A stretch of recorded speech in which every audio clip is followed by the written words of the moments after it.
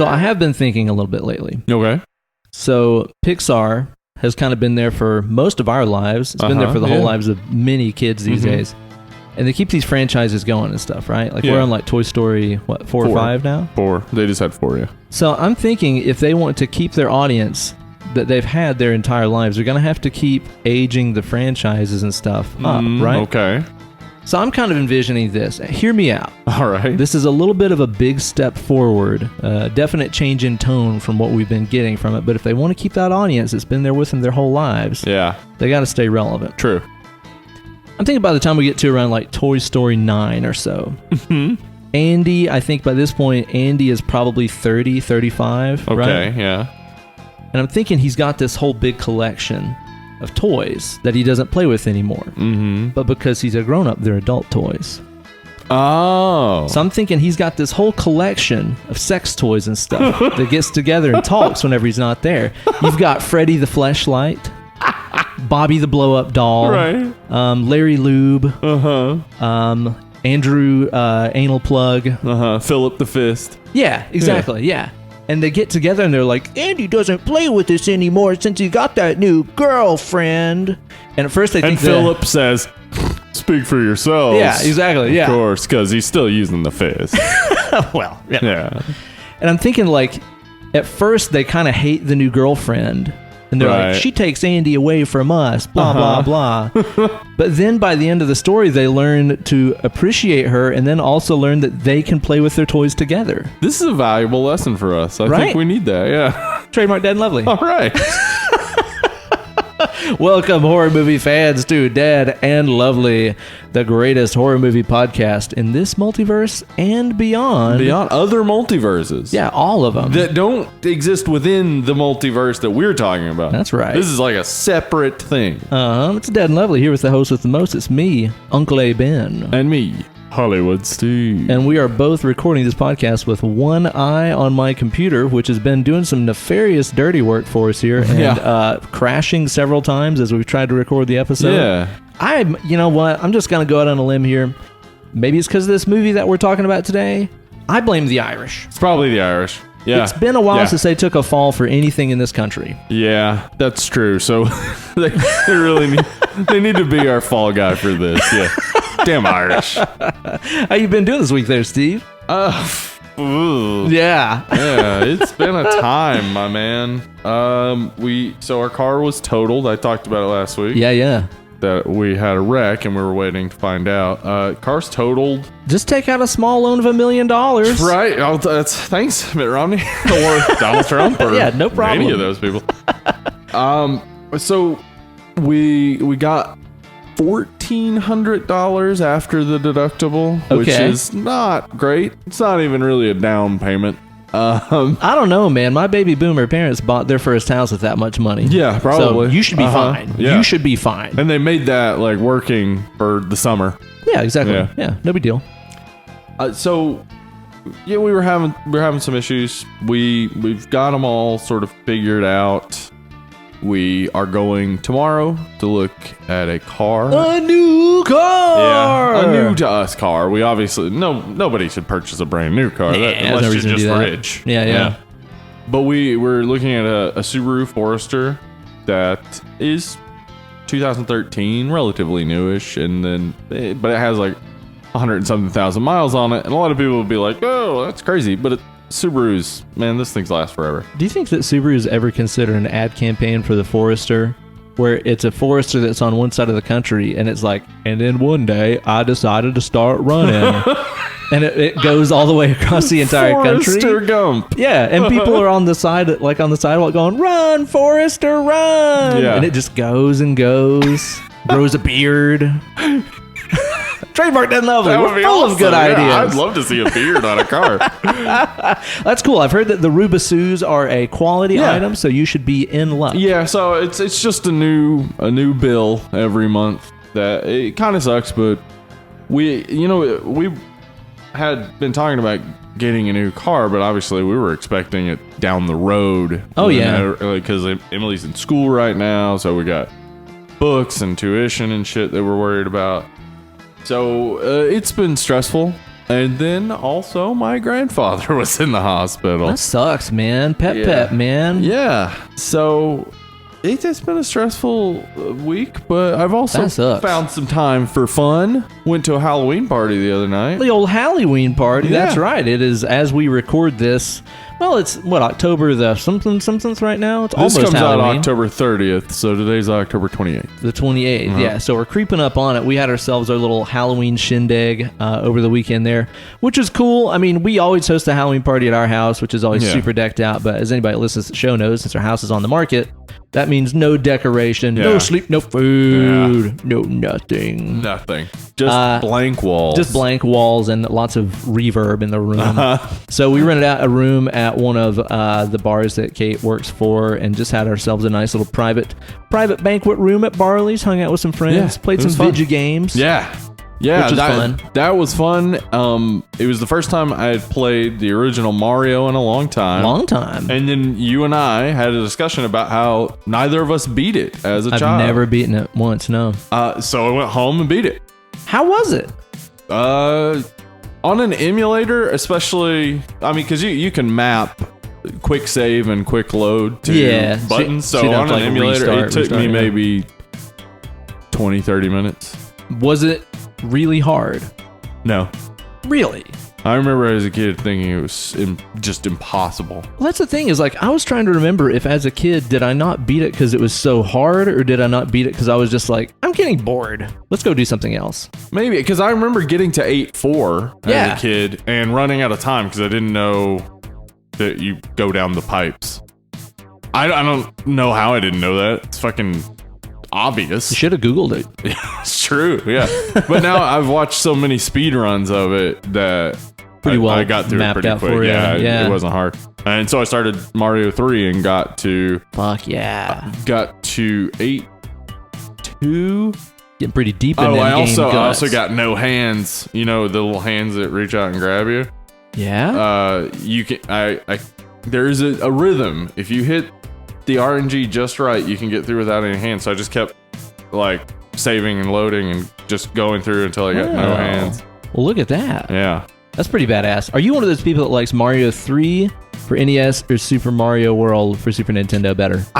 Okay, so the Super Nintendo I got was the model that didn't come with the game. Oh, so no. Your parents don't love you edition. Right. I don't really have much memory of playing Super Mario. Oh god, dude, on it's so Super good. Nintendo. Just other people's houses every once in a while. After you're done with Mario 3, I'm just gonna go ahead and make your plans for you. Yeah, After you're done with Mario 3, Super Mario Brothers, or sorry, Super Mario World for Super Nintendo, and fucking Yoshi's Island. Yeah, Emily loves Yoshi's Island. Dude, it's amazing. Yeah, that is the last great Super Nintendo game that was ever made.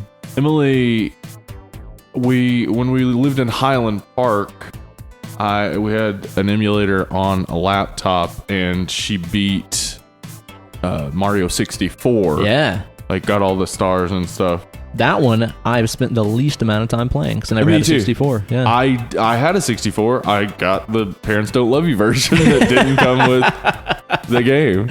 Dude, I think I played that game the most whenever they just started putting those like demo stations in Walmart so you could like try out the games.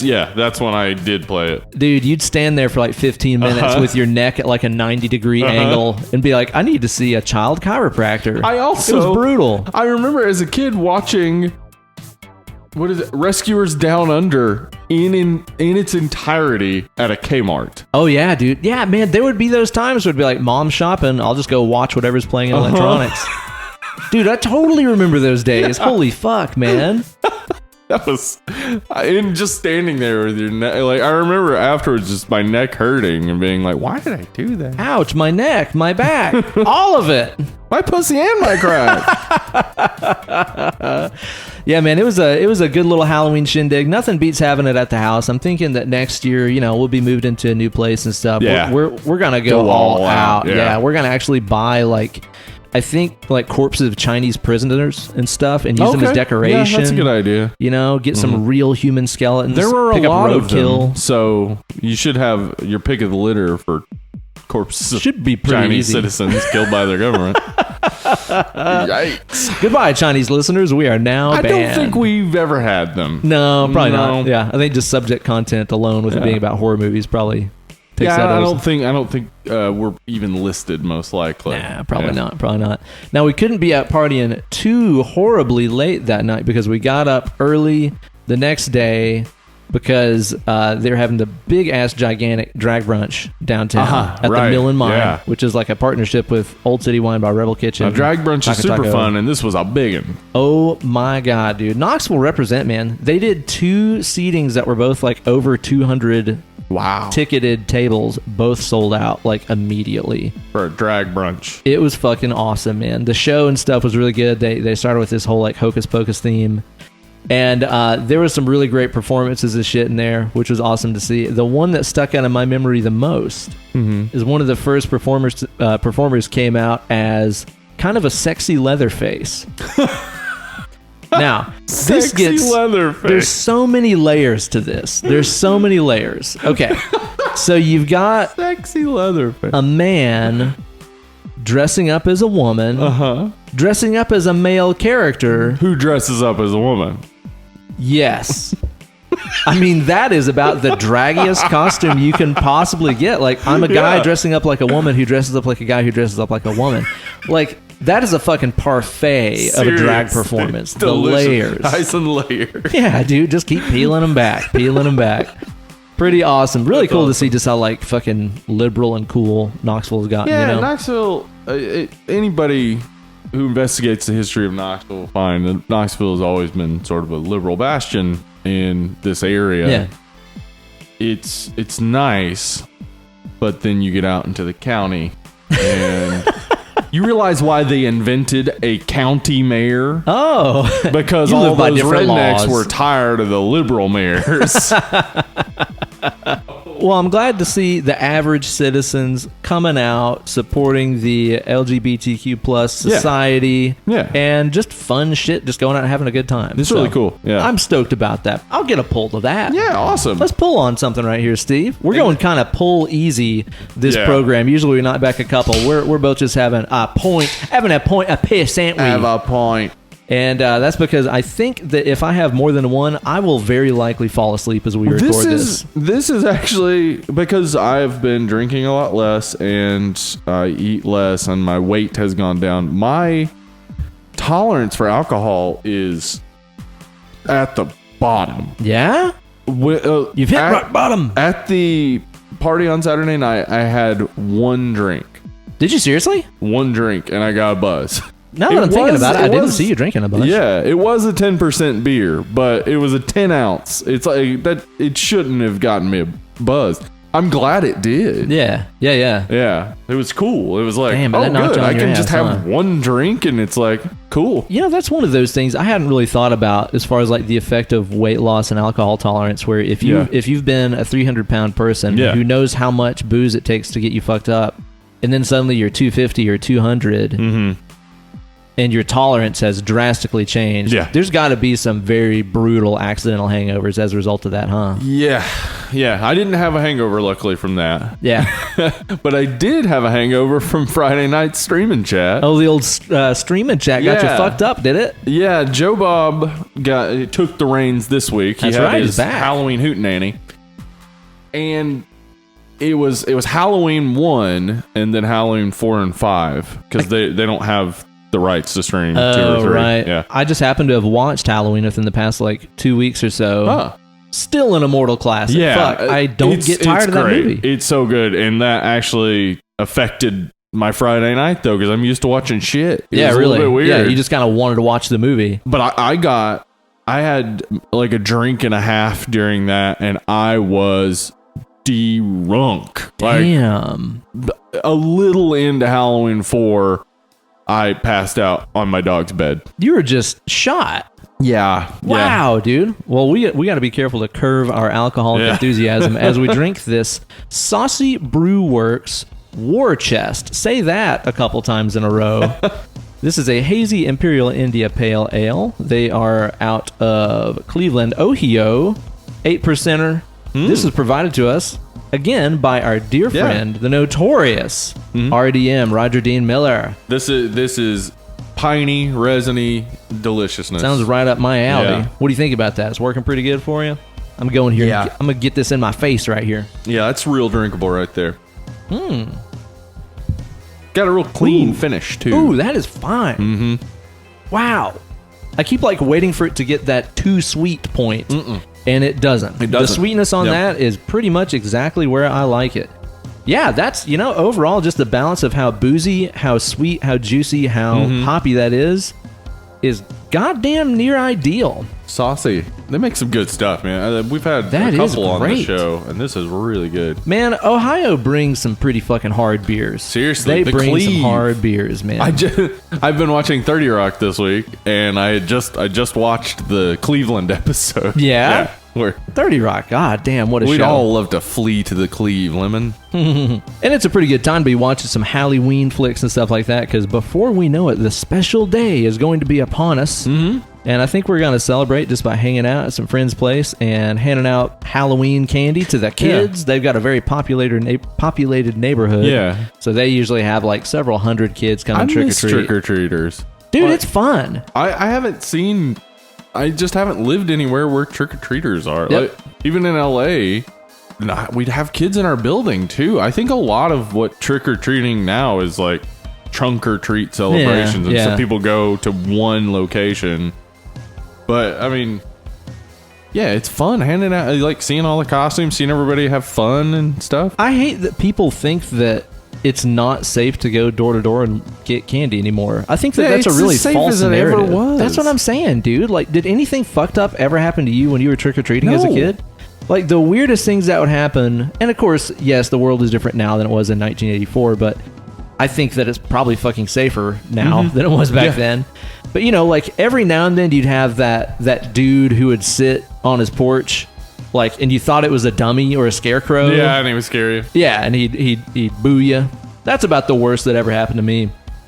I think that if people just took their kids out trick-or-treating right now, I don't think it'd be that big of a deal. I don't think that the percentage of people that want to murder random kids is extraordinarily high now out of nowhere. I think maybe some of it has to do with, I mean, we work more for less money now. People just have less time, and so a trunk or treat thing, you can go get all the trick-or-treating done in an hour and then be back home. Yeah, you're not wrong, because if you're talking about driving neighborhood to neighborhood to neighborhood and all that stuff, that can take up hours and hours and hours, which it sucks that's now like time constraint. Oh shit, I gotta have time to spend a few hours with my kids on Halloween. I remember growing up, my mom and my aunt would take us every year, and we would go around our grandmother's neighborhood, which is a traditional southern neighborhood with no plan. Just here and there and everywhere. Yeah. And then we would go across the street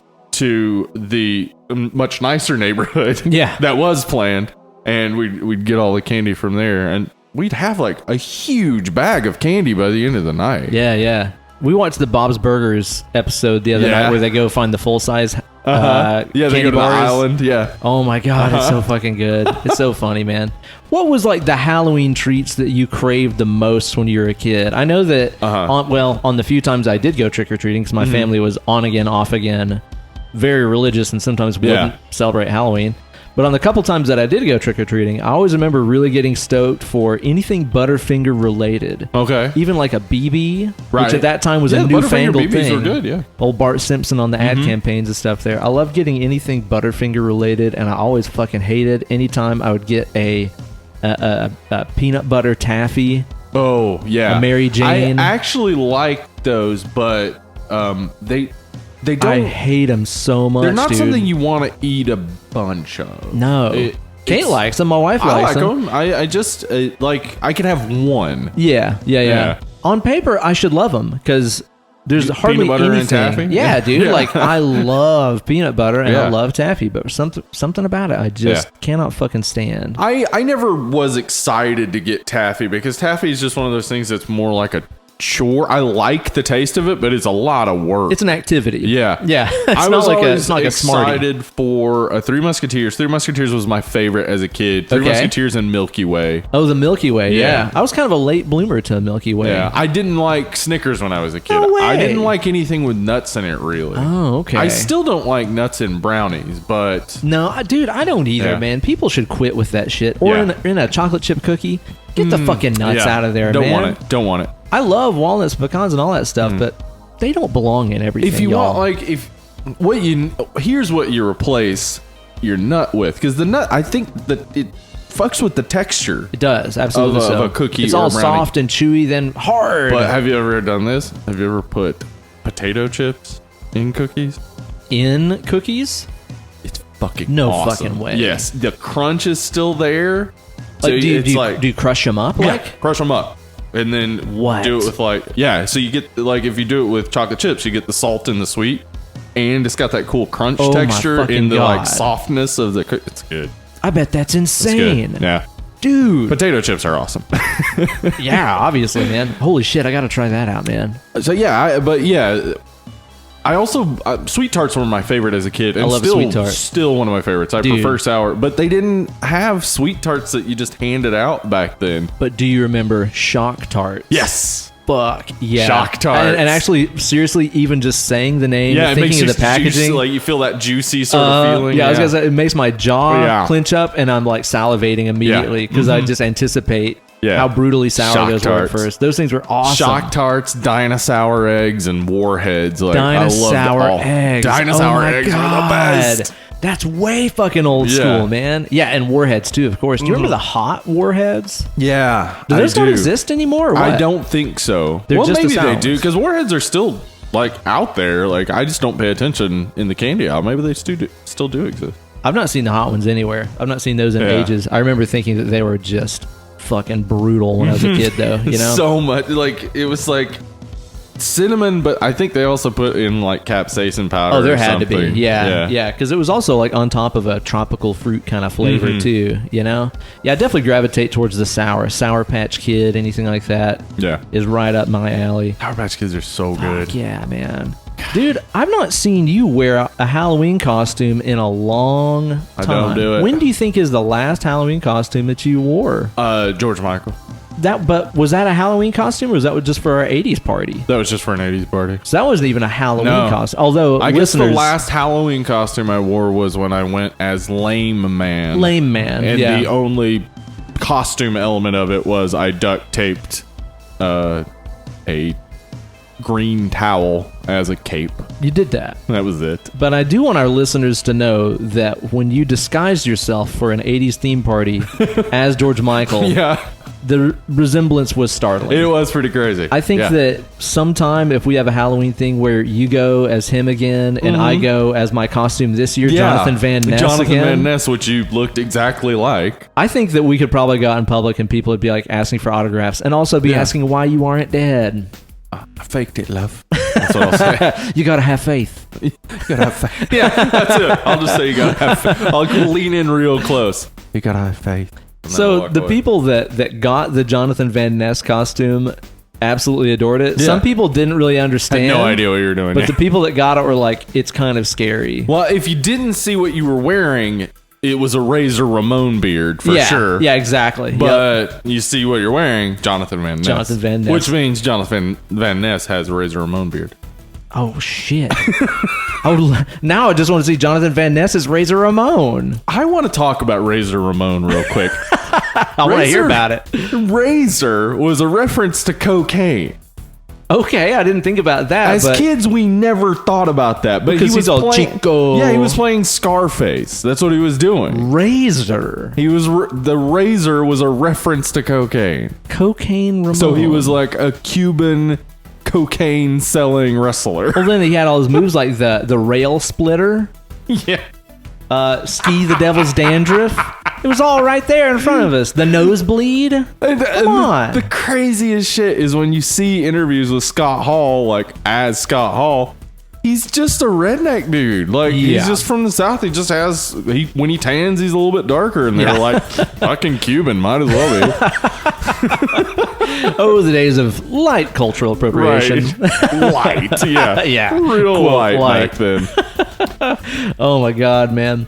Yeah, it has been just an unbelievably fucking crazy week with all the Halloween stuff and drag brunch and shows and everything else that's been going on. I am just like absolutely at 0% power right now, man. I have not, like, my brain has just shut down like just that. It's like whatever is necessary, do that, only minimum don't functions. do anything else. Yeah, basically it's like hold the pee and poop in. From there you're on your own, sir. Maintaining the bare functions only. Yep. At best. Yeah, I've been fucking wore out. And then it's looking like probably next week we'll be moving into our new temporary apartment home, which is going to be awesome. Yeah, finally this might be the first this might be the last podcast we record here. The last podcast on the left? The last podcast in my house. You know? So I'm excited about it, but again, I'm also like, fuck, more work. Yeah. I just want to rest, Steve. Well, hey, I just want to rest. All you got to do is move all your stuff to another place and set it up again. Yeah. Oh, well, when you look at it that way, that sounds horrible. Thanks. But I did have time. Once you're done with that, though, I would just take the longest lay back and look around and notice like I have no more work to do. Yeah. No, dude, that's the thing is like, you know, ultimately we're moving into this apartment temporarily while we look for another house to buy. So I know around the corner is looking for another house, getting in that house, painting the walls, fixing up whatever, moving stuff into there. It's like the work is not done after we move into the apartment, but it'll be a lot more done than it's been here lately. True. Yeah. Holy shit. And you'll be in Knoxville. And I'll be in Knoxville, home of everything. Home of everything, yeah. Everything that I do, and I won't have to drive 40 and all of minutes the people for it. you know. Yeah, seriously. Seriously, dude. I cannot fucking wait. Yeah. I am extremely stoked about it. I did have time, though, to veg out and watch a movie or two. Awesome. This week. In addition to the original Halloween, I watched Halloween from 2018. Oh, okay. Yeah. I have watched it again with Emily and still enjoyed it. But it's good. There are definitely some issues with it. There's some issues with it. Yeah. Honestly, like the first time that I watched it, my expectations were so low that I was like, oh my God, it's passable. Yeah, that's exactly how it was. And now that it's like you get a little distance from it and look at it as a movie by itself, it's like, all right, there's some things they could have fixed here that would have made this a much better movie. Oh, yeah, absolutely so. I mean, you know, ultimately, at the end of the day, the whole podcaster storyline is just there so that Michael can get the mask back. Like, there was a cleaner way to get that done. There was certainly a cleaner way to get that done, and the psychiatrist shit. Yeah. That could have been done. It could have been a little clearer. Yeah, I think so. I mean, you don't have to change it. You can keep that he does that, but just make it a little clearer that he's like descended into madness himself. Yeah. Yeah. I did pick up on some interesting gender related stuff this time, though, that I didn't notice the first couple times I watched it. Okay. Like, there's so many things about women being assertive and powerful and in control in this movie. And a lot of times the males in the movie are pretty aloof and goofy and kind of stupid. Like that if you kid think that about, tries to kiss her, that gets killed for him. Yeah, her boyfriend. Her boyfriend fucking sucks. And also too, think even about their Halloween costume. It's totally like gender bending. Right? Yeah.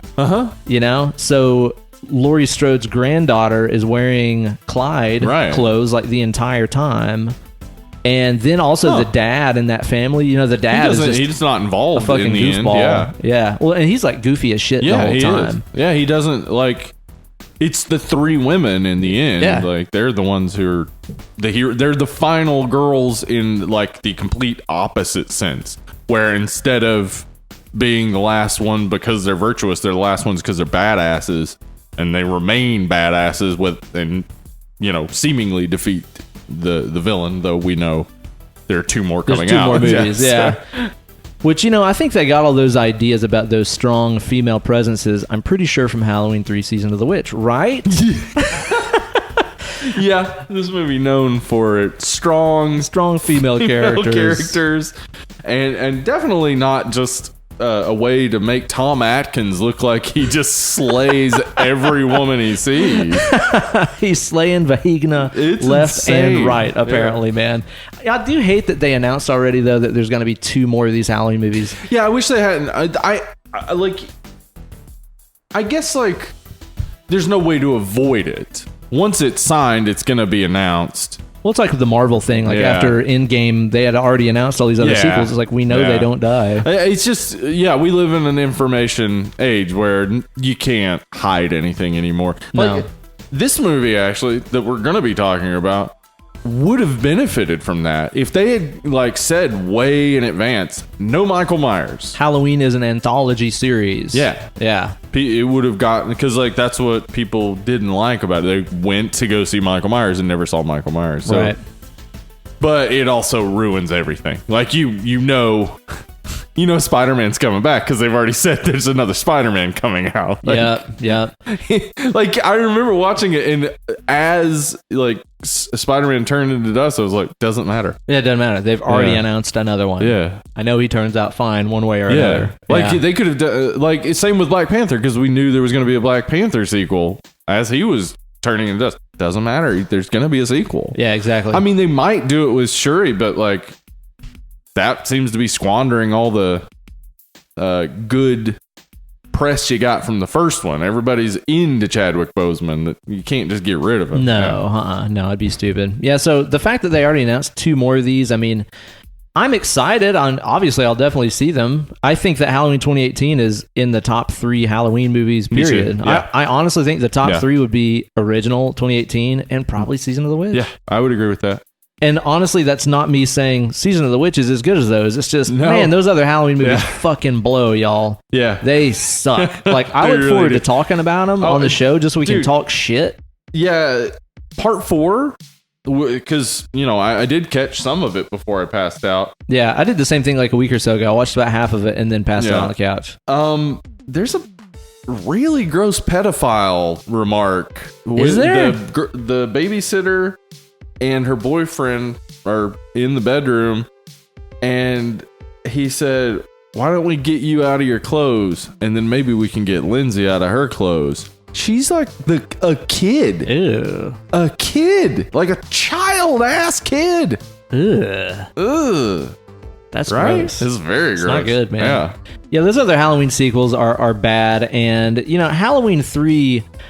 never really got the chance that it deserved, because like you said, the way that it was set up was never really explained, I think, to the consuming public, so they just went in to see more Mike Myers. Unless maybe they put something in Variety, but your average individual is not subscribing to Variety in 1982. It's just like, but again, like 1982, there was it was a time where the news was like a period of time.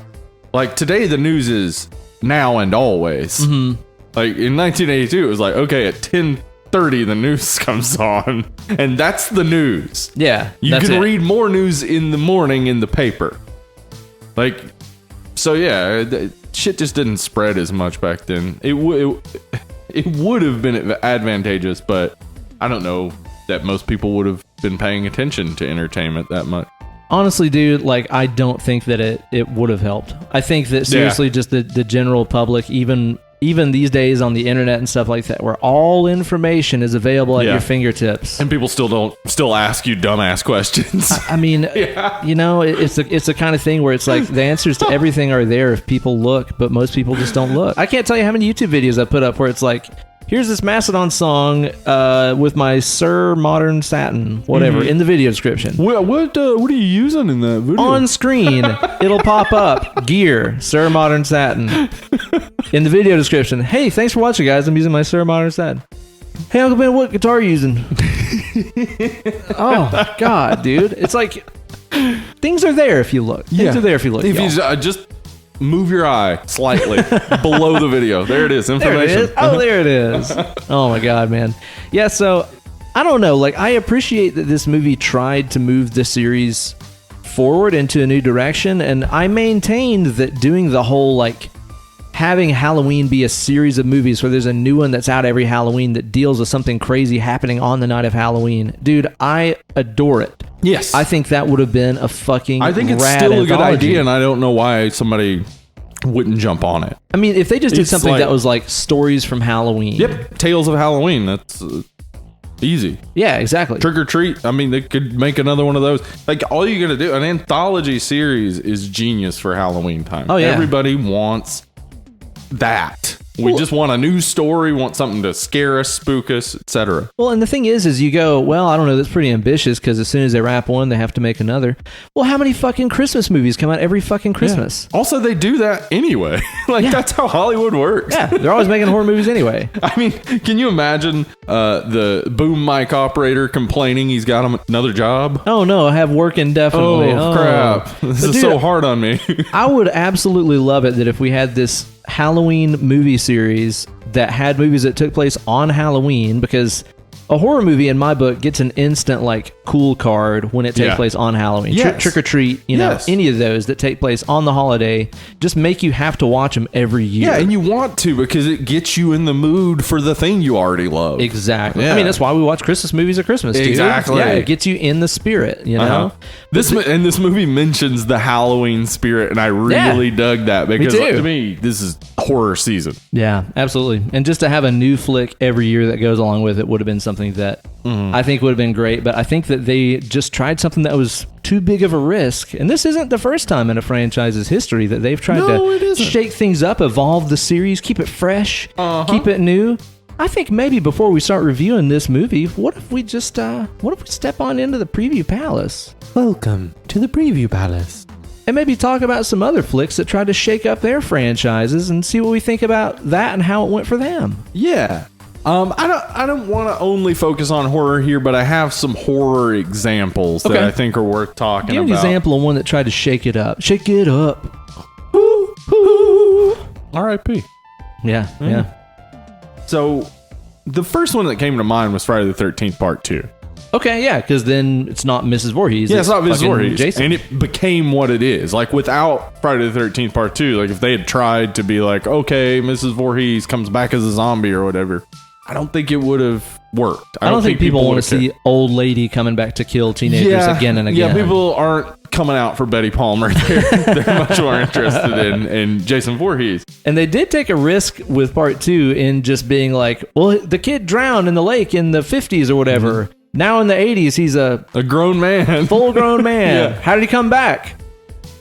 Don't worry about it. He's back. The less we say about that, the better. Yeah. I mean, honestly, that's one of those gigantic gambles that somehow paid off. Yeah. They never fucking explained what happened to Jason. No. Not even. Not even approaching it. Yeah. Just avoiding the issue entirely. And the crazy everybody's thing is, cool. It'd be one thing if they came out of the gate with a character that was so iconic and awesome with the machete and the hockey mask and stuff. But right. No, they came out with a big hillbilly wearing overalls and a bag on his head. And he's scared.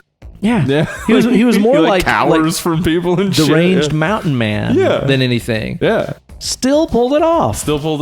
Yeah. Which is why I would say also that Friday the 13th Part 4 changed the series. Okay, yeah. Because that's when we finally get the full iconic Jason. Yeah. You do see the hockey mask is in the third one. 3, yeah. Yeah. But he doesn't move as Jason Lee. He's not as much. And the big thing from go back and listen to our Friday the 13th Part 3 episode. My theory is that he dies in Part 3. He never died. He had never died. He grew up. He was still very much alive in Part 2 and 3. And then Part 3, he gets the machete to the brain.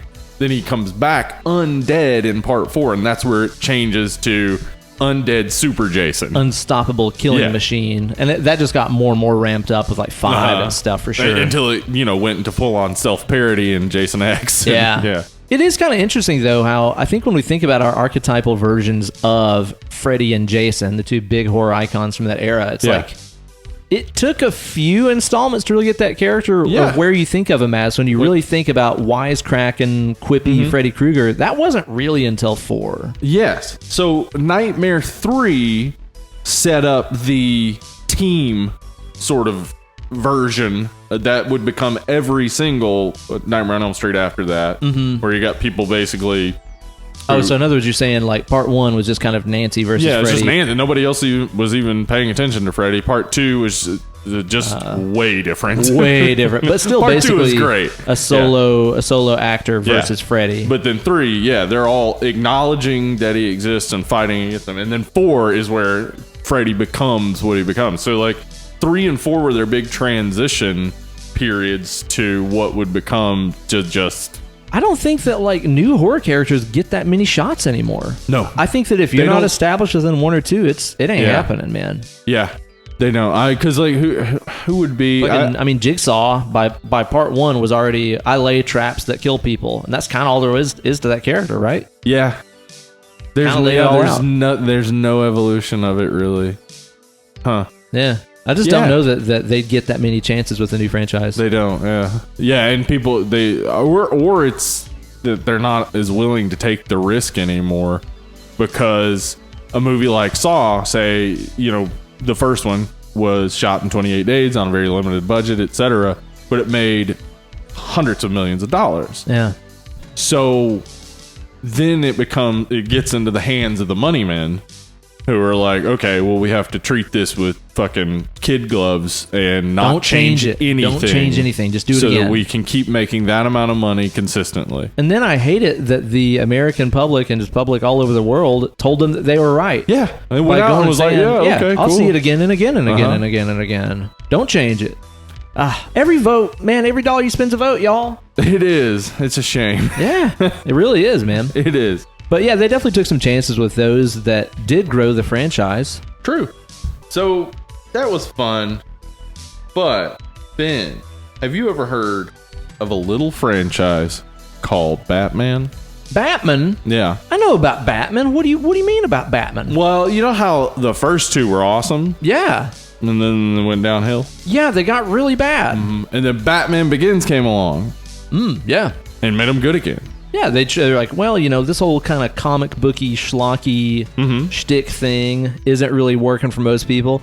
I honestly still enjoy watching a Batman Forever and Returns and stuff. Well, yeah, they're fun, but they're bad. Batman and Robin. Yeah, Batman Returns is awesome. Yeah, but they're both so fucking stupid because to me they feel like a shitty 70s comic book. Like everything's so cheesy, the lighting's super crazy, everything's over the top. The thing that is crazy to me is that when you look back on this, there were millionaires making these decisions, and comic books were at the height of their popularity by the 90s. Oh man, the Jim Lee, Rob Liefeld era. Yeah, comics were huge. And instead of hiring people who respected comics to make a Batman movie, they hired people who were like, oh, that bullshit? Well, we'll make it even campier and stupider than it fucking ever was. Yeah, that is exactly what happened. And then they're like mad because people didn't give them the money. Like...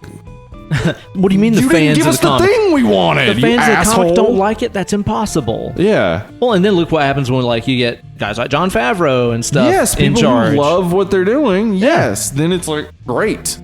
It's amazing. Every time you put a fan in charge of the thing that they like, they're going to treat it really well. And I don't really know if Christopher Nolan likes comic books. I think that he just was like, let's just put this in a different kind of universe. Yeah, he likes exploring ambiguities in characters and stuff a lot. I don't see him as a comic book man. Yeah, I'm not the biggest Christopher Nolan fan, but I think he showed a lot of respect to the actual Batman in comparison to what we had seen in the couple of movies before it. Bat nipples. Yeah. Holy rusted metal, Batman. Oh my god, dude. You know what killed the dinosaurs? The Ice Age. Yeah, they definitely took a gamble on that one, and it paid off in spades, except for that third one, which is really bad. It is bad. The one with Bane, stupid, man. I could never, watching it, the message of the movie seems to be that rich people are good and okay and everything's right with the world and nothing should change. I know. Yeah. And the people that want it to change are terrorists, and they're really making it unsafe for us to go out in our streets. That's what I got out of it too. And that's not a message that anybody wants or likes. Oh, billionaires. Yeah. Bruce Wayne probably the billionaire liked it. set, so 6 people. Yeah. Like, you couldn't fill a movie theater with billionaires, could you? Oh my god. You might be right. And they control the world. Yeah. That makes sense. That's fair. Yeah. They couldn't. They made all those good decisions to get that money. That's right. That's how it works. If we wanted it, we could just go get better jobs. That's right. You know? What, maybe I could get me a job as a billionaire. Where do I apply now? All right, what's another one that we got here of things that shook up their franchise paradigm? Okay, well, staying on the superhero, and, you know, it would be easy to argue that these things aren't all together, but the Spider-Man movies, okay, yeah, especially because of the introduction of Into the Spider-Verse, yep, they're all one. They all go together. That's true. You know what? Now that you mentioned that, since Spider-Verse, that does kind of like mend together the Tobey Maguire verse. Yeah, that means Tobey Maguire's universe exists, Andrew Garfield's universe exists, and the what's his name? Yeah, the other guy. Frick. Yeah, I can't remember his name. Tom Holland. Tom Holland. There you go. The Tom Holland universe. They all Tom Holland's part of the MCU. Those other two are part of their own universes, but they still exist. And they could easily, I really hope they do this with Into the Spider-Verse Part 2, bring at least one of them in. Like, I'd love it if Tobey Maguire was brought in or Andrew Garfield. That would be fun. Just to kind of tie that together. Yeah. That, and it's the kind of thing, too, that makes it less confusing as far as like, well, did those other movies never happen?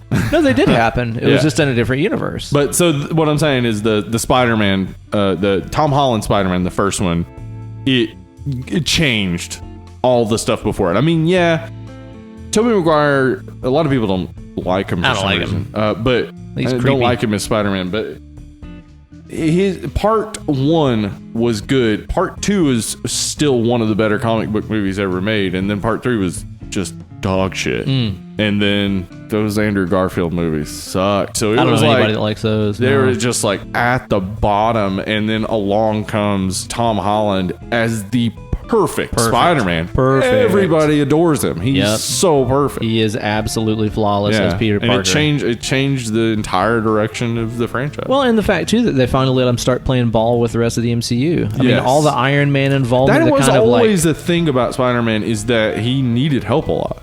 Yeah, exactly. Yeah, he's your friendly neighborhood Spider-Man. Yeah. You know? So he would. Yeah. So.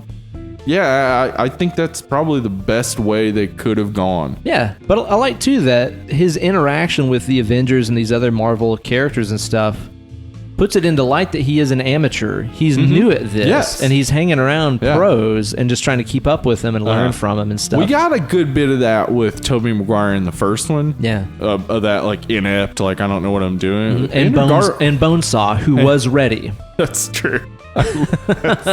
Bonesaw is ready. Macho Man hurt his neck doing a stunt for that. Yeah, it's crazy. That's right. Yeah. Anyway, but yeah, Andrew Garfield. Like, I don't know if you ever watched those. You didn't watch those? I never watched Andrew Garfield ones. No. It was all wrong. Yeah. Everything about it just didn't connect. It was hard to care about it at all. So Tom Holland comes along and he's just this perfectly lovable dude. Like.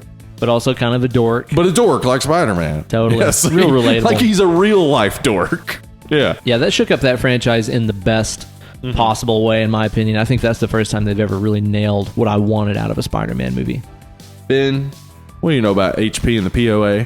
HP and the POA? You talking about Harry Potter and the Prisoner of Azkaban? Azkaban, that's the one.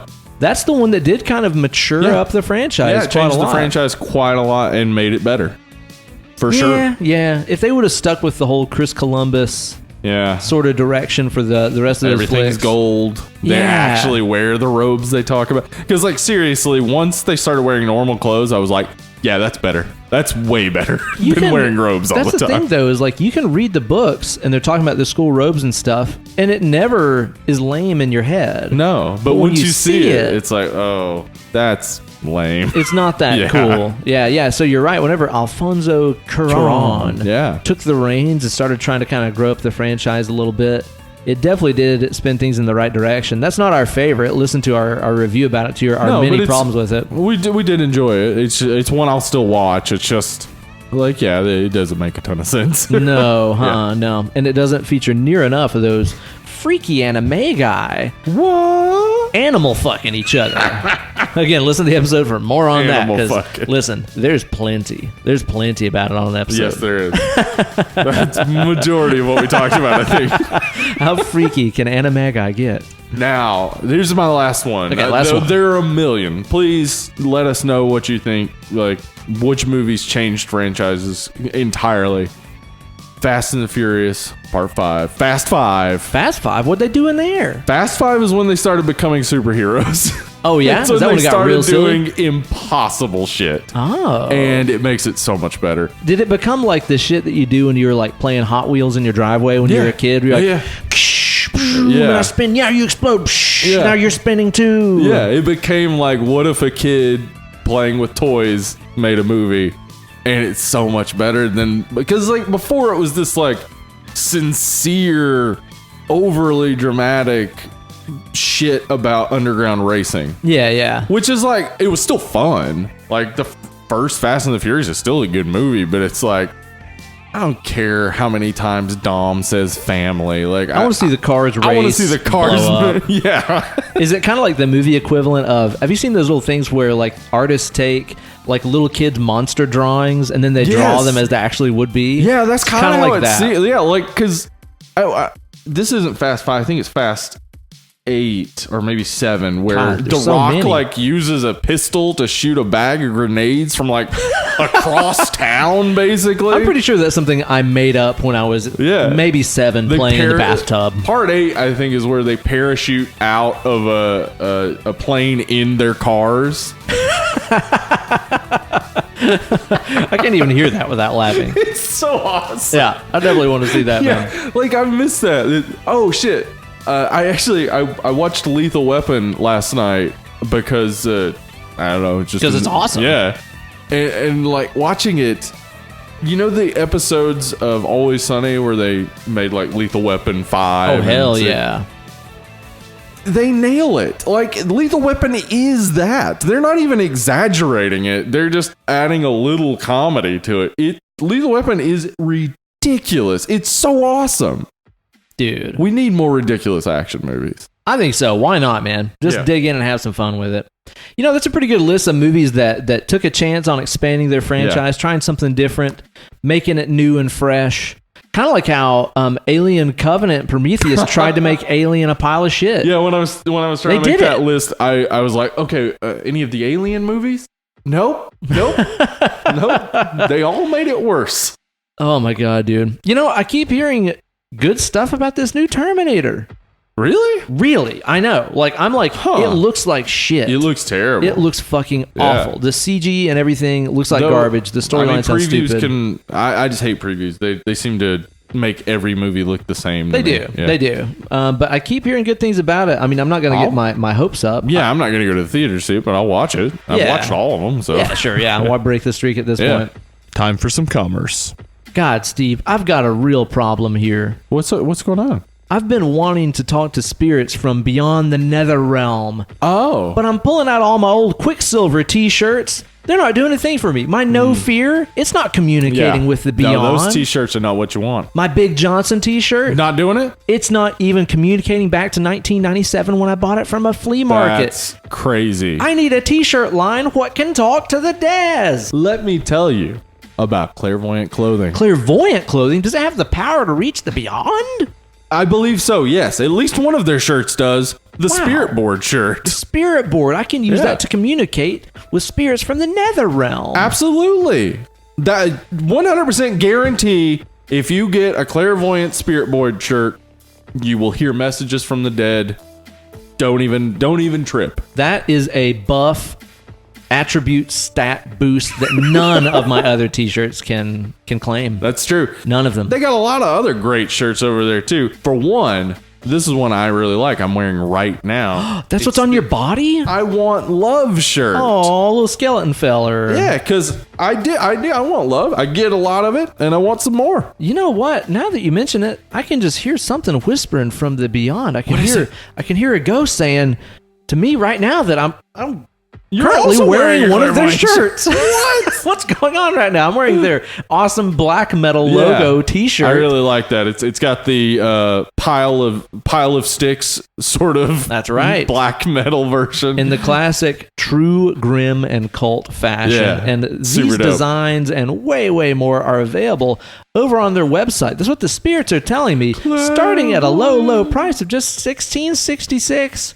For a spiritually charged T-shirt. All are welcome. I'm the All are spirit of a welcome. dead person. Listen to me. Living was nice, I guess. But the spirits are also telling me that if you want a discount and want to spend even less money, What can you do? you can enter in a promo code at checkout. Dead and lovely. Is that promo code Dead and Lovely to Yeah, receive 6% off? I believe so, yes. Oh, spirits, you seem kind of sure about what you're talking about. Yeah. They also donate money to like mental health stuff, so they're really cool. Good people. We like those clairvoyant folks. They're helping the living and the dead.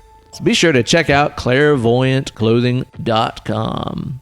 Now, Steve, the subject of our flick today is Halloween 3 from 1982. Is that right? Yep, 1982. When I was only negative 2 years old, just floating around in my dad's balls. No, you weren't.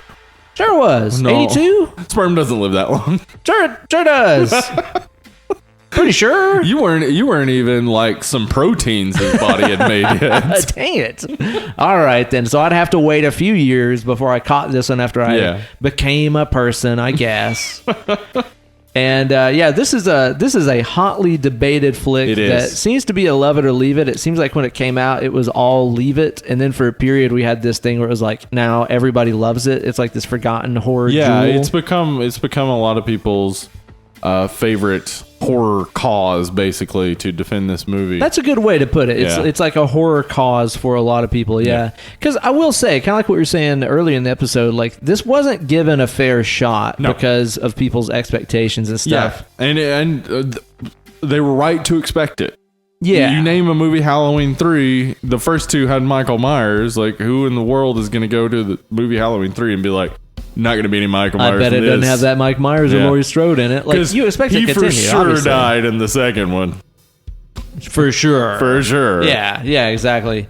And, I was also kind of deceived about what this movie actually is because I only saw it for the first time maybe 3 or 4 years ago. I didn't see it when I was a kid. Oh, well, yeah, I didn't see this as a kid either. I just remember seeing the box, which the box and the poster I maintain are one of my favorite horror posters really cool. ever. It looks like so perfectly early 80s with like the silhouettes of those kids wearing the masks, and they got the red sky behind them, and you got the witch face that kind of like airbrush trails up. It looks great out of the frame, and even like the numbering for Halloween 3, it has that. I think of it as just that Bigfoot look where like there was all those logos when we were kids that looked like Bigfoot's font, where it was like made of chrome. So you saw like a sky or a horizon reflection. You know what I'm talking about? Yes, I do. Like Bigfoot's logo, you could always see like some like barren terrain or some shit. Didn't the Top Gun logo look like that? Exactly. Too? Like everything looked like that. It was like make it look like it's out heavy made of metal. I think the heavy metal yeah, logo. That's was probably like what started it, honestly. Yeah. But the poster for this is so sick. And have you ever seen the trailer for it? No. The trailer makes zero sense. It's completely black, and then you get this outline of this witch mask, like the witch face, The camera like slowly zooms in on it more and more and more and more, and then these like eyes open behind the eye holes of the mask, and it's like the night that no one came home, Halloween 3, Season of the Witch, and that's it. So judging by the box and by that trailer, I was expecting this movie to be about like kids trick-or-treating and there being a witch. Right, but it doesn't even get to that point. It's all the build up to that point and then the end. Like, yeah. And then you watch the movie and it's about Tom Atkins fucking and drinking everything in sight. And Irish he's an people. Alcoholic who, let's just be honest, Tom Atkins is not the most handsome fella. Not a hunk. He's a good looking dude, I'm sure, for your average individual. Well, he has that late 70s like rugged man appeal, I guess, but he's not a Harrison Ford or Burt Reynolds or anybody like that. Alcoholic, not that great looking dude, divorced, and no woman can say no to him. No. Every woman's panties immediately fall off when Tom Atkins enters the room. It's insane. It's crazy, man. Yeah, so whenever I started watching this movie, it didn't really meet my expectations, and I was just like, well, that was weird. And then I think I watched it again a day or two later, and I was like, I don't know, I kind of like it. Yeah. When did you watch this the first time? First time I saw this, I was on LSD. Good start. Yeah. Great. Yeah, I was hanging out with a friend in Jefferson City. We were at his house. Sweetheart Jefferson, as my fellow Colombianos say. I believe it was probably 1999. And he was like, you want to watch Halloween 3? And I was like, doesn't that, like, because I remember as a kid, we didn't get it because it didn't have Michael Myers in it. We would never watch, because we're like, I think maybe my older brother told us that, and we were like, that's lame. And well, that was one of those things I was going to say too, is I even remember before I watched horror movies, it's like we all knew those things. It's like you knew that, well, Jason's not even in Friday the 13th Part 1. Yeah. And you knew that Mike Myers wasn't in Halloween 3. There's one that doesn't even have him in it. It's really weird. Stupid, yeah. Yeah, it's like, those are the things that were known, even though I'd never seen any of them, you know? And watching it that first time, I was like, oh, this is cool. Like, there's some real cool stuff in this. It's weird, really strange, but there's some interesting stuff. And watching it again, I'd say that was the correct assessment. Pretty much. It's a weird movie that has some interesting stuff. I think it needs to be reassessed. I realize that people want to defend it, but I think like people have gone so far in defending it that they've made it like the best Halloween movie or their favorite movie, and it's like it's good enough. And if it didn't have the Halloween 3 logo, it would probably be a classic in regular rotation, but it's not amazing. It's just better than the sequels beyond That's it. the thing. Yeah. And I know what you mean as far as like, I think people do go a little overboard with like mega praising this movie. I think that the fact that it was so not given a chance, they're giving it too much of a chance in response. And I get it. Like, you know, if you want to defend the movie, you kind of do have to take the full position like this is a great movie, because if you're just saying it's okay, like nobody's disagreeing with you, they're just saying it's not great. Yeah. Well, it's almost like people's hate of something just strengthens their resolve towards it. Right. Trump voters. What? What was that, huh? I loved the booing and lock him up chants at the World Series. Dude, how hard was that? That was so fucking awesome. Fucking amazing, If only it had happened in Houston instead of Washington, D.C. Yeah? Because D.C., he's just going to dismiss it and be like, a bunch of liberals or whatever. Yeah. But if it had been in Houston, if the whole fucking just crowd of however many people were there just booing and chanting "Lock him up" in Texas, That'd been pretty intense. he would have died. He would have died. He would have just like his brain would have exploded. Oh my god, man.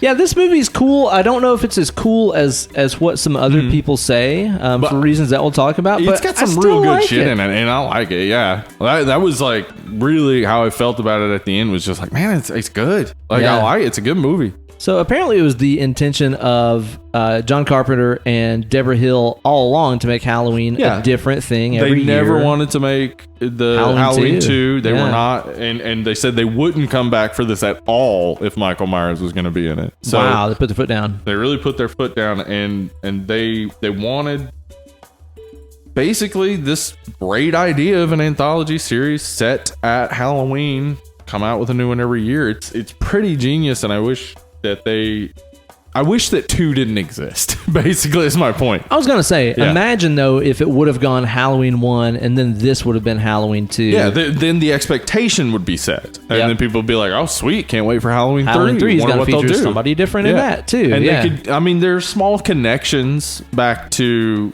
Halloween 1 and 2, but they could have continued that, just dropping Easter eggs throughout, and maybe even at a certain point have other characters come back from other movies. It could have been all sorts of interesting, but instead whatever the fuck we got in part 6. Yeah.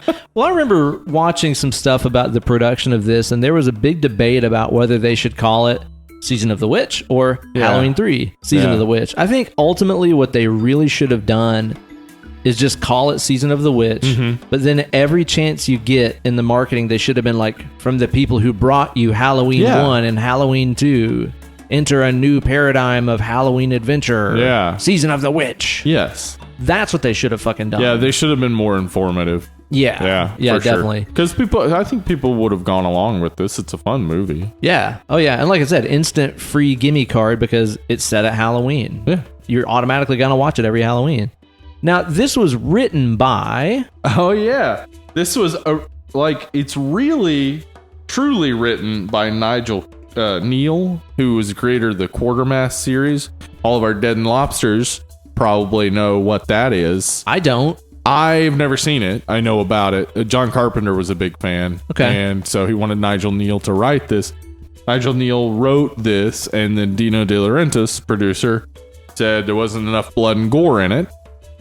And he wanted more blood and gore, and Nigel Neal refused and had his name taken off of the screenplay, and then went through some rewrites. Eventually, Tommy Lee Wallace got the director. He got the full credit for writing it. Yeah. So, but he really only fleshed out some of it and did some rewrites, right? Yeah, it didn't change a whole lot as far as I can tell. Some fun trivia about Nigel Neal. Let's hear. That's the real name of our main man, Sam Neill. Is it? Yeah, his real name is Nigel Neal. Huh. Like, he didn't write this, but that is his name. Yeah. Wow. Yeah. I know. Crazy, right? I did not know that. Yeah. Nigel. So, he didn't completely write this movie. He was just responsible for the last draft that got turned in, more or less. Yeah, and because the original writer had requested to have his name taken off, somebody's name had to go on it. So, Tommy Lee Wallace. He seems like a really humble, legit, down-to-earth Tommy dude. Lee Wallace? Yeah. Yes. From all the interviews and from I watched. what I read, everybody loves working with him. Yeah, dude. Yeah. There's like a 30-minute making of that I watched on YouTube last night about it, and it's got tons of interview footage with him, and he just seems like a really legit guy where he's like, yeah, I didn't really write all this movie, but somebody had to take the credit, so they put my name on it, and I don't really think it should have been. I mean, but I'm whatever. not going to complain about the check, I imagine. Yeah, no kidding, right? No kidding. But we still have some of that original Halloween lineage on board here. I think we had John Carpenter and Deborah Hill. They were both working on it. And Alan Howarth and John Carpenter did the score. Right. So, also, Jamie Lee Curtis makes a cameo voice appearance. Yeah, that's as right. the operator and the person who tells them about the curfew. Yes. And of course, there is footage from the original Halloween on Which TV. Which in this movie is a fictional story. So the original Halloween is fiction in this universe. So I have some questions about the weird stuff that opens up. Yeah. Because apparently in this universe of Halloween 3, Halloween 1, and we can assume Halloween 2 maybe exist. Yeah. Definitely Halloween 1. Halloween 1 for sure, because we see it on the TV. What was Halloween 3 in this universe? Was it a Mike Myers movie? Or was there even Halloween 3 at all? Or does Halloween 2 even exist? Yeah, exactly. Yeah. And then, too, you start thinking about it, and it's like, okay, so does whoever in this universe does that curfew voiceover, does anybody ever tell her, man, you sound just like that Jamie Lee Curtis, that Hollywood actress from Halloween? She's like, it's no big deal. Here, have some yogurt. Shut up. And what's her fucking name? Annie Brackett, that's Tom Holland's ex-wife? Is it Annie Brackett? Is that her? Annie Brackett, yeah. Tom Nancy Atkins. Keys. I said Tom Holland. Atkins, yeah. Tom Atkins' ex-wife. Yeah, Nancy Keys, I guess they threw some flour in her hair. Yeah. She's like 20-something. Are people always telling her, you look exactly like that chick from like Halloween? Brackett, like, you look exactly and sound exactly like her. Yeah, maybe they're like twins separated at birth or something. If they didn't show Jamie Lee Curtis on the screen, we could hypothesize that this is a world where the events of Halloween were turned into a movie. Yeah. But because we see Jamie Lee Curtis, it's that exact movie that we've seen. Yeah. So this is a separate universe completely. That's complicated. That is mind-bending. Yeah, that's a little crazy. It's complex. Yeah. And then, I don't know, there's just so many questions you could ask about that shit. But yeah, it is kind of funny to think about that kind of stuff. So this movie reminded me a good bit of They Live. I think they have a similar message, an anti-consumerism message. The things that we buy end up consuming us. The TV's controlling you. I was going to say the broadcast mind control kind of scenario. And this is just a couple of years before, so you can tell John Carpenter was obviously thinking through some of those things because he did some rewrites, as you said. So there was definitely something going on there where the message of this never gets heavy-handed, because I had never even thought of a message to this, and then when I was like watching it with a critical eye, I was like, oh, it's saying the things we buy end up consuming us, and that we basically become the things we own. And don't trust the Irish. And don't trust the Irish, obviously. The clear message there. The Irish are not to be trusted. They're all about those practical jokes. Practical jokes. They all want think of how practical it was to steal part of Stonehenge, use it to make masks to turn kids' heads into bugs and snakes. Duh. I mean, that's like Andy Kaufman level of practical, I guess. It is. I mean, that's playing a long joke. Like, who are you going to be laughing with in the end? And really, is anybody going to think that's as good as the soft chainsaw or the dead dwarf gag? The dead dwarf? What is that? What the fuck are they talking about? Soft chainsaw, I get it. Sticky toilet paper. Sticky toilet paper? Get it. Dead dwarf. What the fuck is like the old gag where you make your friend feel like they may have accidentally killed a dwarf? Hilarious. Everybody loves it. What the fuck? Yeah. I think that there are definitely some like commercialism kind of messages going through here. I mean, all of the kids are just enamored by these masks, and everybody has to have them. And the commercial plays over and over and over. It's like fucking 14 times. Yeah, and the song gets just stuck in your head. And the song is intentionally annoying. Yeah, for sure. Really going out of their way to make it annoying. Do you think that it's anti-Halloween? I mean, do you think the message about like, hey, you guys are messing with this thing that started as this pagan sacrifice ritual, and now you're selling it to your children, do you think it's an anti-Halloween movie? I don't think so, but I think it's also saying don't forget the roots of it. Right. You know? I think it may be an anti-consumerism movement in like, let's get consumerism out of Halloween, basically. Like, Halloween's a pure pagan hills run red with the blood of children and animals type of thing. Yeah. So the creator of the mask and the special effects artist on this, Don Post, he said this about the mask: every society and every time has had its masks that suited the mood of society, from the masked ball to clowns to makeup. People want to act out a feeling inside themselves. Angry, sad, happy, old. It may be a sad commentary on present day America that horror masks are the best sellers. Wow.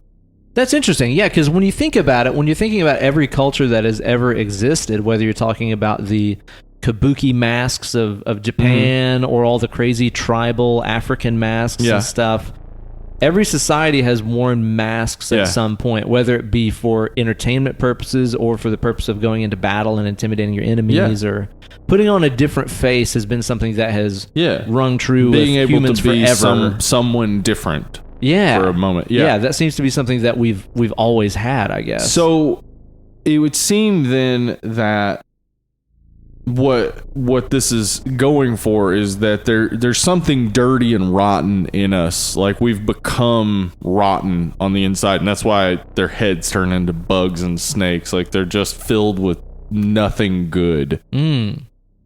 So I think that maybe is what they're going for. Less of like anti-Halloween, more of like, you people aren't good enough for Halloween. Wow, shit. Yeah. Wow. But so I really liked what he said there about what our most popular masks say about us. So I looked up the most popular Halloween mask on Amazon. I'd like to know, because dude, that's one of those things that's why I like doing this thing where we go to our friend's place and give out Halloween candy, is because I want to see what kids want to be. You know, like last year I saw so many like young African American kids as Black Panther, boys and girls, and I was like, "Fuck yeah, that's awesome." What you'll be interested to know is the most popular Halloween masks are not for kids; they're for adults. Whoa, okay. Like the majority of them were adult masks.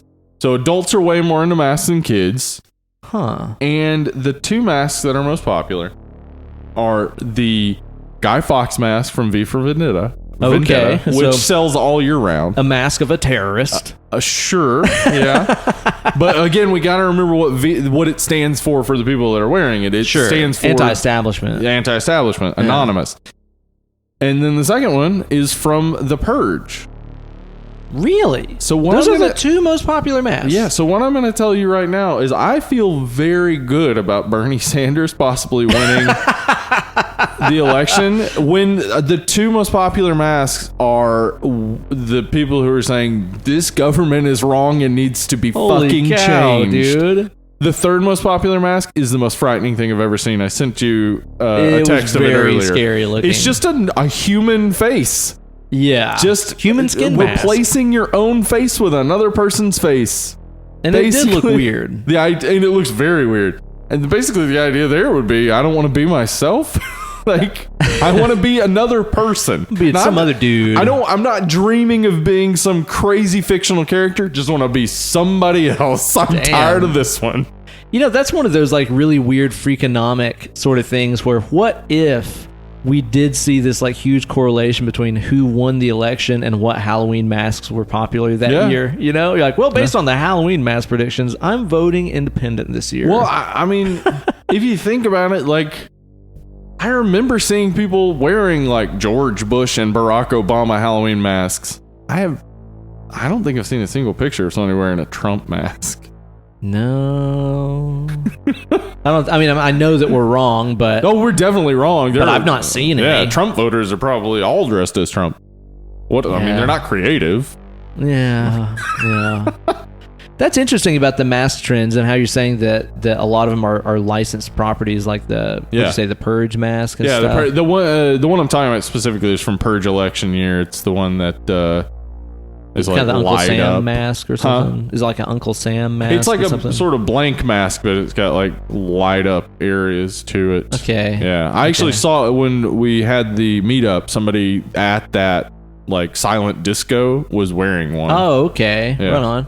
Yeah, costumes these days are getting interesting because I feel like more of us that do costumes and stuff on Halloween, we're trying to make it ourselves or make it our own and turn it into something that might be based on a pop a pop culture icon, right. like but it's Jonathan not something Van Ness you go or whatever. and purchase. Yeah, exactly. Yeah. Yeah, like very few of our friends that do our costume party and stuff with us go out and buy a costume. Mostly it's people making something. I mean, so if we're right, if I'm right about what the message of this movie is basically the anti-consumerist, like get back to what Halloween's really about sort of thing. Yeah. Then it makes sense why so many people defend this movie. It makes sense why so many people are like, no, that movie is great because it was the movie that was saying in the time where everybody's costume was purchased at Walmart and was like a licensed product. We need to get back to the roots of like, you know, dressing up yourself, DIY, figure out what your costume is going to be. And so somebody could say like, well, everybody's just dressing up as movie characters or whatever now. It's like, yeah, sure, but they're making the costumes themselves. Like people are going These, out of their way. Cosplayers and stuff, dude. Yeah. They do insane shit. Exactly. People are going way hard on it. So what you're seeing is if they look exactly like the character they're going for, what you're seeing is a lot of fucking work. A lot of fucking work, man. Well, and you know, when you think about it too, the kids' Halloween costumes in this, they're only being sold 3 things. They're being sold the skull, the witch, and the pumpkin. Yeah. Most of the kids' costumes in this make no fucking sense. No. It's like a ballerina with a pumpkin head. Yeah. Or like a clown with a witch mask. Yeah. It's like they just buy the masks and it makes no sense. They make no sense. No. You know? There's also a message in here too that I didn't catch the first several times that I watched this.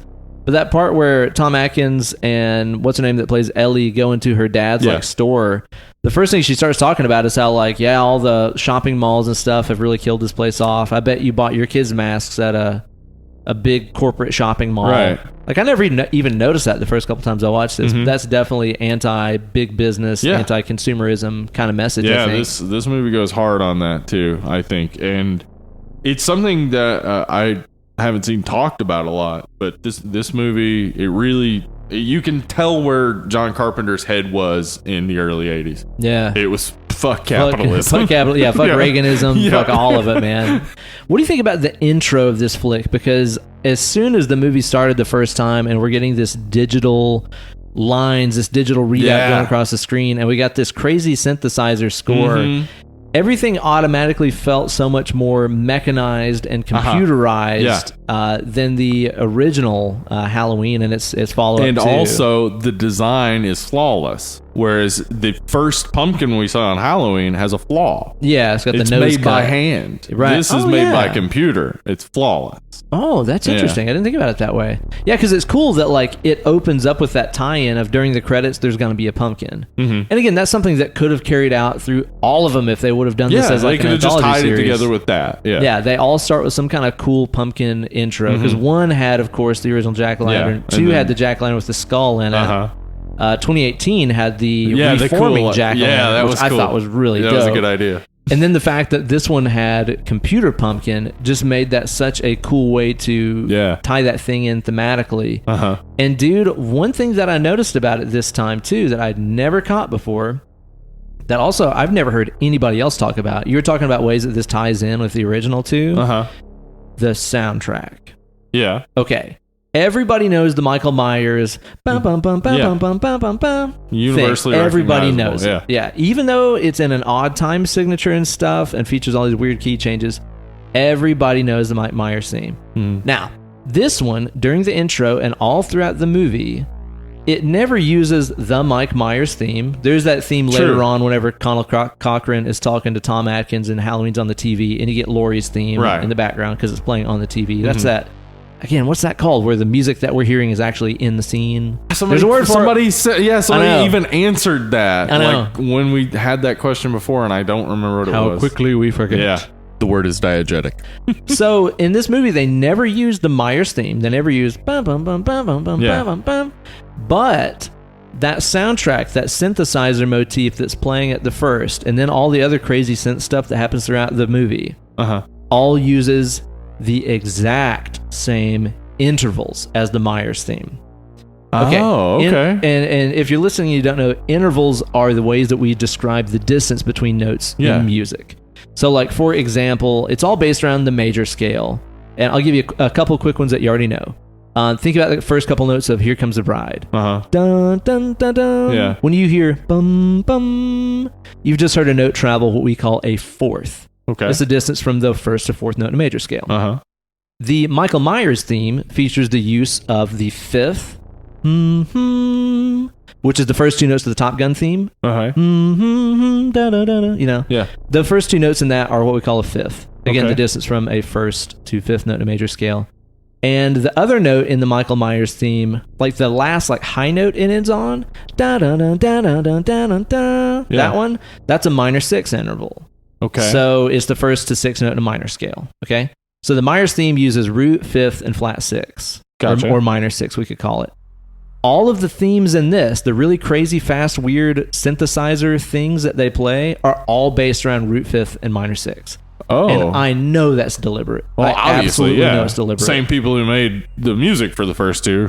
And Alan Howarth and John Carpenter. Yeah, so they definitely knew. They did that intentionally, for sure. Absolutely so. And it's cool, too, because like the original Mike Myers theme, like I said, is in an odd time signature. It's in a 5/8 meter, which is kind of irregular. There's actually parts in this soundtrack that are more complex, where it'll feature a thing based around the Myers intervals in 9/16 time, which is very complex. Yeah. But it's against a 4/4 polymeter in these bass notes. It's really weird.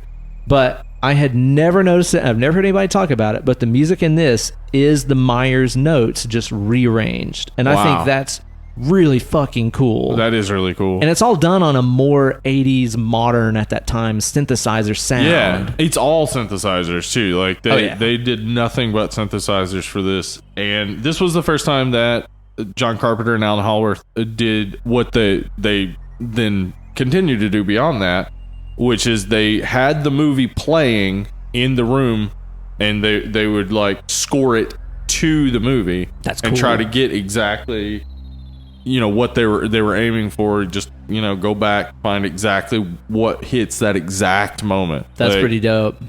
Yeah, it's so involved too, though. To get that deep into it, I have to keep going back. Like, do we want it to hit there, or we want it to hit a little later? Do we need to change up the time signature so we can hit it at this moment? Yeah, exactly. Well, and two, I mean, it's not like they were recording this shit digitally. Everything was a lot harder to do back then. So there was a lot of man hours went into that, and even that super goofy ass public domain London Bridge, 8 More Days to Halloween theme, dude. Like the parts that it starts playing that and like it's melting kids' faces off and stuff. By that point in the movie, you've already heard that thing a dozen times. Yeah. It's just this dumb kids song thing. But then during that demonstration that we get where they show what the commercial in conjunction with the masks does, and it melts that kid's face and shit. Yeah. And it starts like accelerating and the harmony gets really discordant and stuff.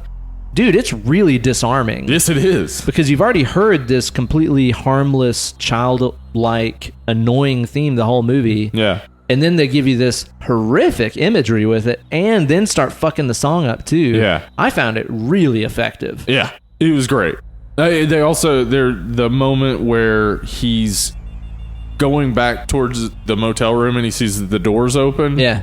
Like, the sound sounds like a fire or a smoke alarm going off. Oh, yeah. And I was like it kind of like gets more intense as he gets to the room. And I was like, oh, the smoke alarm is going off in the room.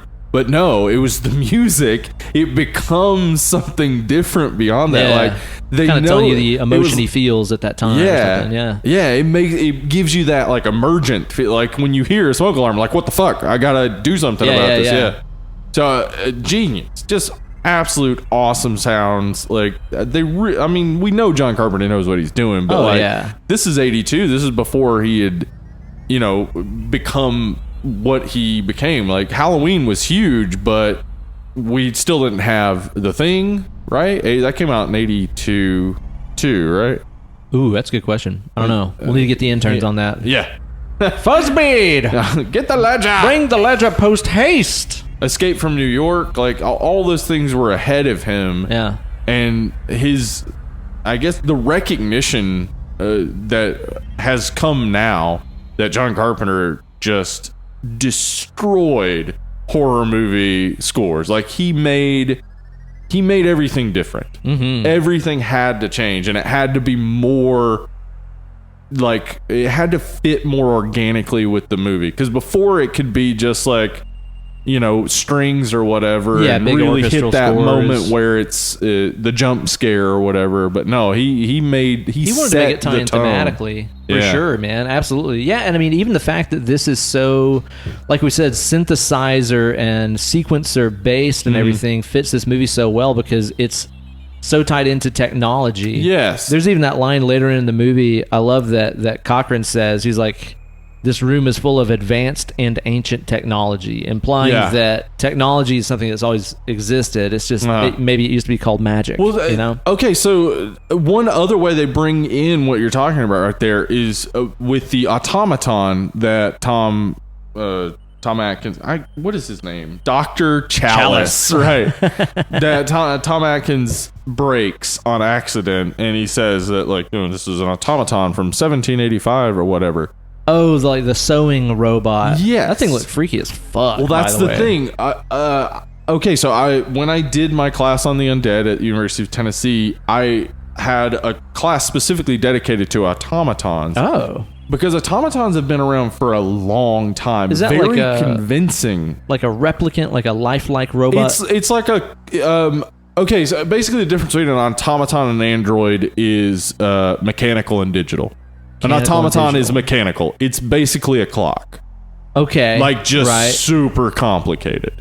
So the motion, to do the sewing, all in there would have been, wheels and cogs turning each other, et cetera, like a clock. Yeah. All mechanically geared to do that action. Very complex. Like I'm telling you right now, go to YouTube, look up automatons, and find out just how convincing they look. Whoa. And how long they've been around. Like, there are automatons that were reported about in like the 12th century that an Arabic prince had in his 12th century? Yes.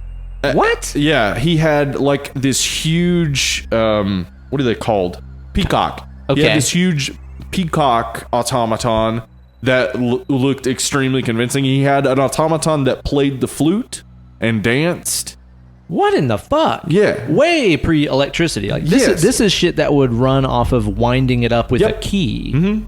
Holy shit. Yeah. So, like, when we think about, like, there's always that sort of idea that if you brought somebody from the past into the future, they'd be marveling at our technology. Like, I think if we went back into the past, we'd be marveling at how stupid we thought they were. No kidding. They weren't that dumb. Like, people were very smart back then, just like they're very smart now. They just had less technology. But they were fucking working on it. Well, and also they just had less free time than we have now to advance technology. Rene Descartes, I think, therefore I am. Rene Descartes. His daughter died in childhood, and he had an automaton made to look exactly like her, and he took it with him everywhere he went. That's terrifying. I hate it. Thank you. Really? So the man who said that basically existence is thought, and outside of us and inside of us simultaneously, he was so obsessed with not missing his daughter that he has this basically robot version that he takes everywhere. Did his daughter perhaps have extendable arms and maybe like a periscope that would come out of her head that she could use with maybe go-go gadgetry? That's why I missed her so much, because he was like, and sometimes there's things that's just out of reach, and Was Descartes' enemy Dr. Claw? Yes. Really? I'll get you, Descartes. Wait, what was his voice? I can't remember Dr. Claw's voice. I'll get you, Descartes. It was more death metal, more back of the throat.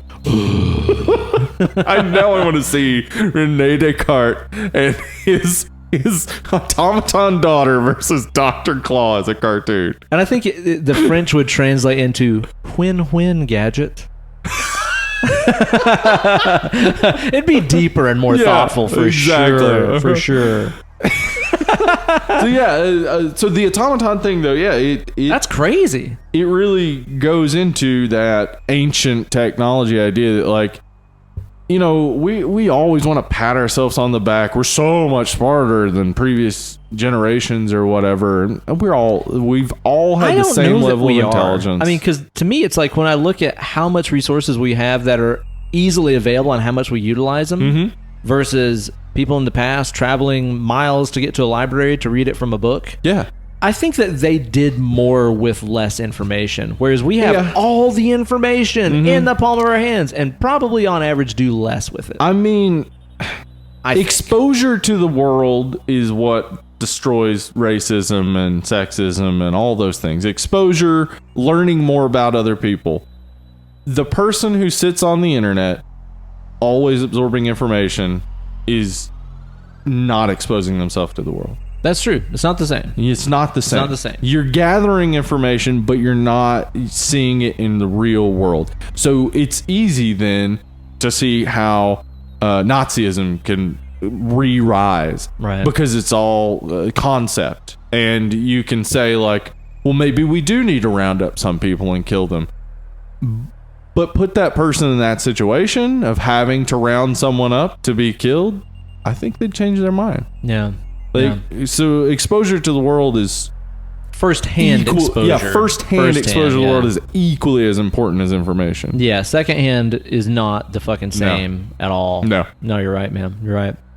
Yeah, so in this movie, our main dude that we follow around is old Dr. Chalice. Dr. Chalice. Who knows his way around doing some surgery, except that we never see him do any actual doctor work. Not at all. Ever. We do see him drink and fucking smoke. A good bit of drinking and smoking, yeah. Which, as we know, doctors do drink and smoke a lot. They do, yeah. It's surprising. My wife is always disappointed by how many nurses and doctors smoke, and it's just like... The thing is, though, is like, I know it's easy to look at that on paper and be like, you're a doctor, you know that's bad for you. Yeah. Can you even fucking imagine the stress level that you have when you go into work and you're like, I might have to fucking resuscitate a child today, or accidentally kill a child while I'm doing surgery? Like, help that at all? Because like the conception, concept that cigarettes calm a person is only true of people who smoke cigarettes. I was gonna say they calm a person who's addicted to nicotine. Yeah,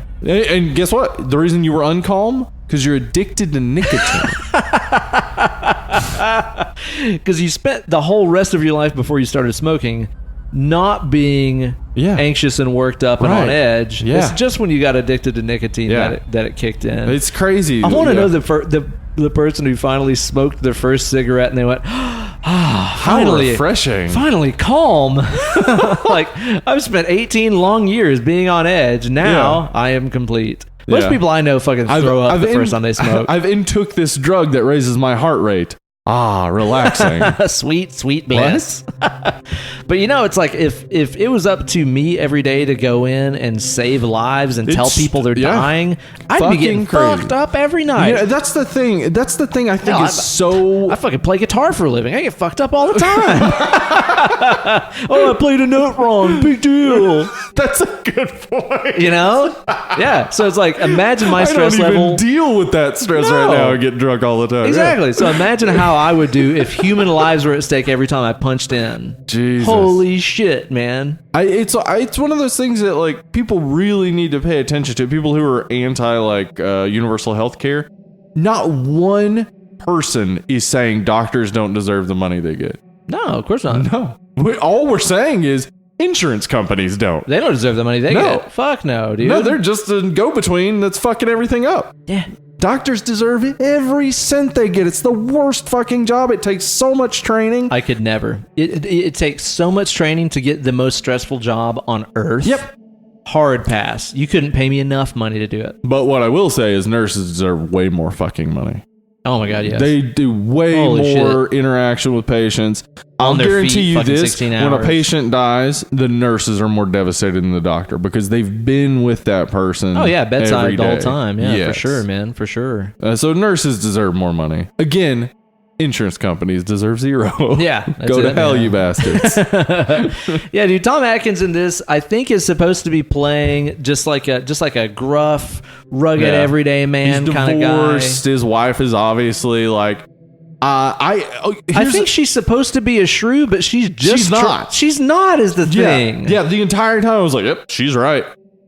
I wouldn't be with him either. Fuck no, The man buys a 6-pack of High Life Tall Boys to go to a place in the same county. Yeah. By the time they get to the motel, 6-pack's gone and he wants a drink. Yeah, Ellie's like, we got to get going. He's like, hang on now, little lady. It's getting late and I could use a drink. Yeah. What, did you just finish the 6th 16-ounce Miller High Life Tall Boy? Like, what's your point? I'm just getting warmed up. Yeah. I need a beer now. Yeah. Yeah, dude. His character is really odd, especially considering how strong of a female Laurie Strode was. They went the whole opposite way. I mean, in the second one, Laurie's in a coma the whole fucking time, but there's still some... That really fucked up that. Oh, yeah. There's a lot of problems with Halloween, too, man. People way overrate that movie. Let's do an episode on that for more thoughts on that one. But it was kind of weird to me that they went from... John Carpenter's original vision of, Laurie Strode survives because she's paying attention and she's watching and she's just not concerned about boys and partying and stuff like this, to Tom Atkins, pro-alcoholic, mega sexual harasser, I fucked every woman in town surgeon guy. Yeah, it does seem like every woman he's talked to, he has had a past sexual relationship All with. of them. Yeah. All of them, dude. He's talking with that, like, the black nurse. Mm-hmm. And they're walking down and he's like, I should have married you. And he slaps her on the ass. Yeah. Holy shit. Yeah. Can't do that no more. Oh, good. That's fine. Yeah. And then even like the who's like the forensic detective lady, Teddy?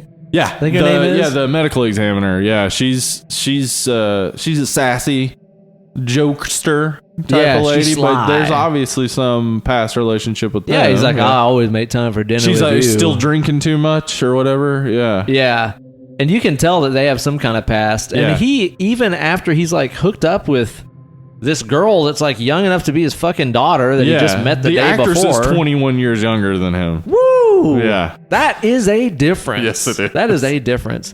He's still on the phone with Teddy and she's like, you're going to owe me some dinner. And he's like, oh, I'll eat you out anytime, or whatever he says. I'll eat you out anytime. Whoa! Like, way too far, man. Like, the stuff that he said, it's like Ron Burgundy lines, half of the movie coming from this guy.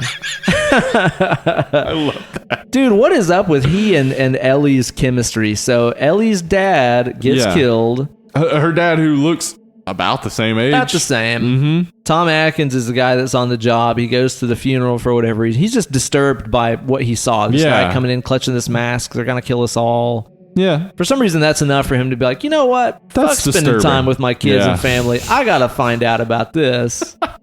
Which, again, maybe also ties in with the commercialism element and says something about the dissolving family unit in America. I really don't know. Honestly, this might have just been man stuff in 1982. Probably. It's kind of hard to say. Like, I don't think John Carpenter would put that out there. No. But the other people that worked on this movie, I don't know. Maybe they were just trying to make man movie doing man stuff. Yeah. I don't know. Yeah, I mean, because John Carpenter was always working with Deborah Hill. Like, he always had the female perspective to work off of. With this, it's written by one man and rewritten by another man. Like, it doesn't seem like they consulted to be like, would a woman be interested in this man?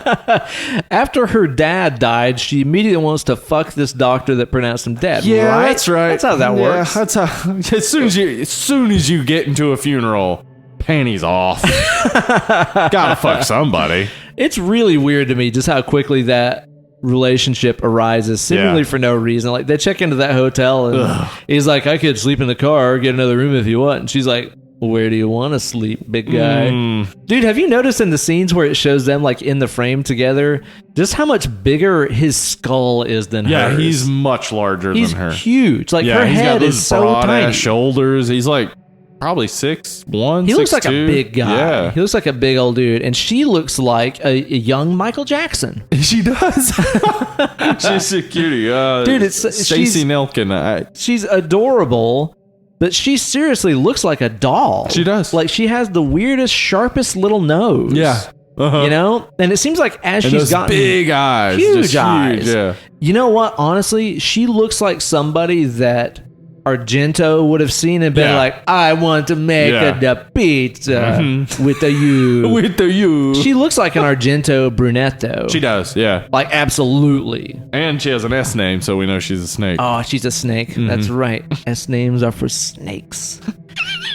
But I think as she's like gotten older, I've seen her in some like interview stuff from the past several years. Like, she's definitely grown into her features more. Yeah. She's so striking looking and unusual in this, and it actually kind of makes sense when she becomes a robot, because she almost looks like a mannequin or kind of unreal to begin with. Yeah, that's true. That was a good choice. Yeah, because everybody who is a robot does seem to have that, like, they went for a particular face. Oh, yeah, definitely. Apparently, they originally wanted all Irish people, like all redheaded, like daywalker people, to be the automatons.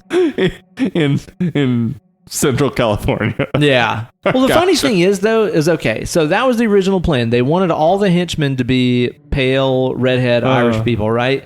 But they couldn't find enough, so they just got guys that had that mannequin-esque sort of look about them. They couldn't have dyed their fucking hair.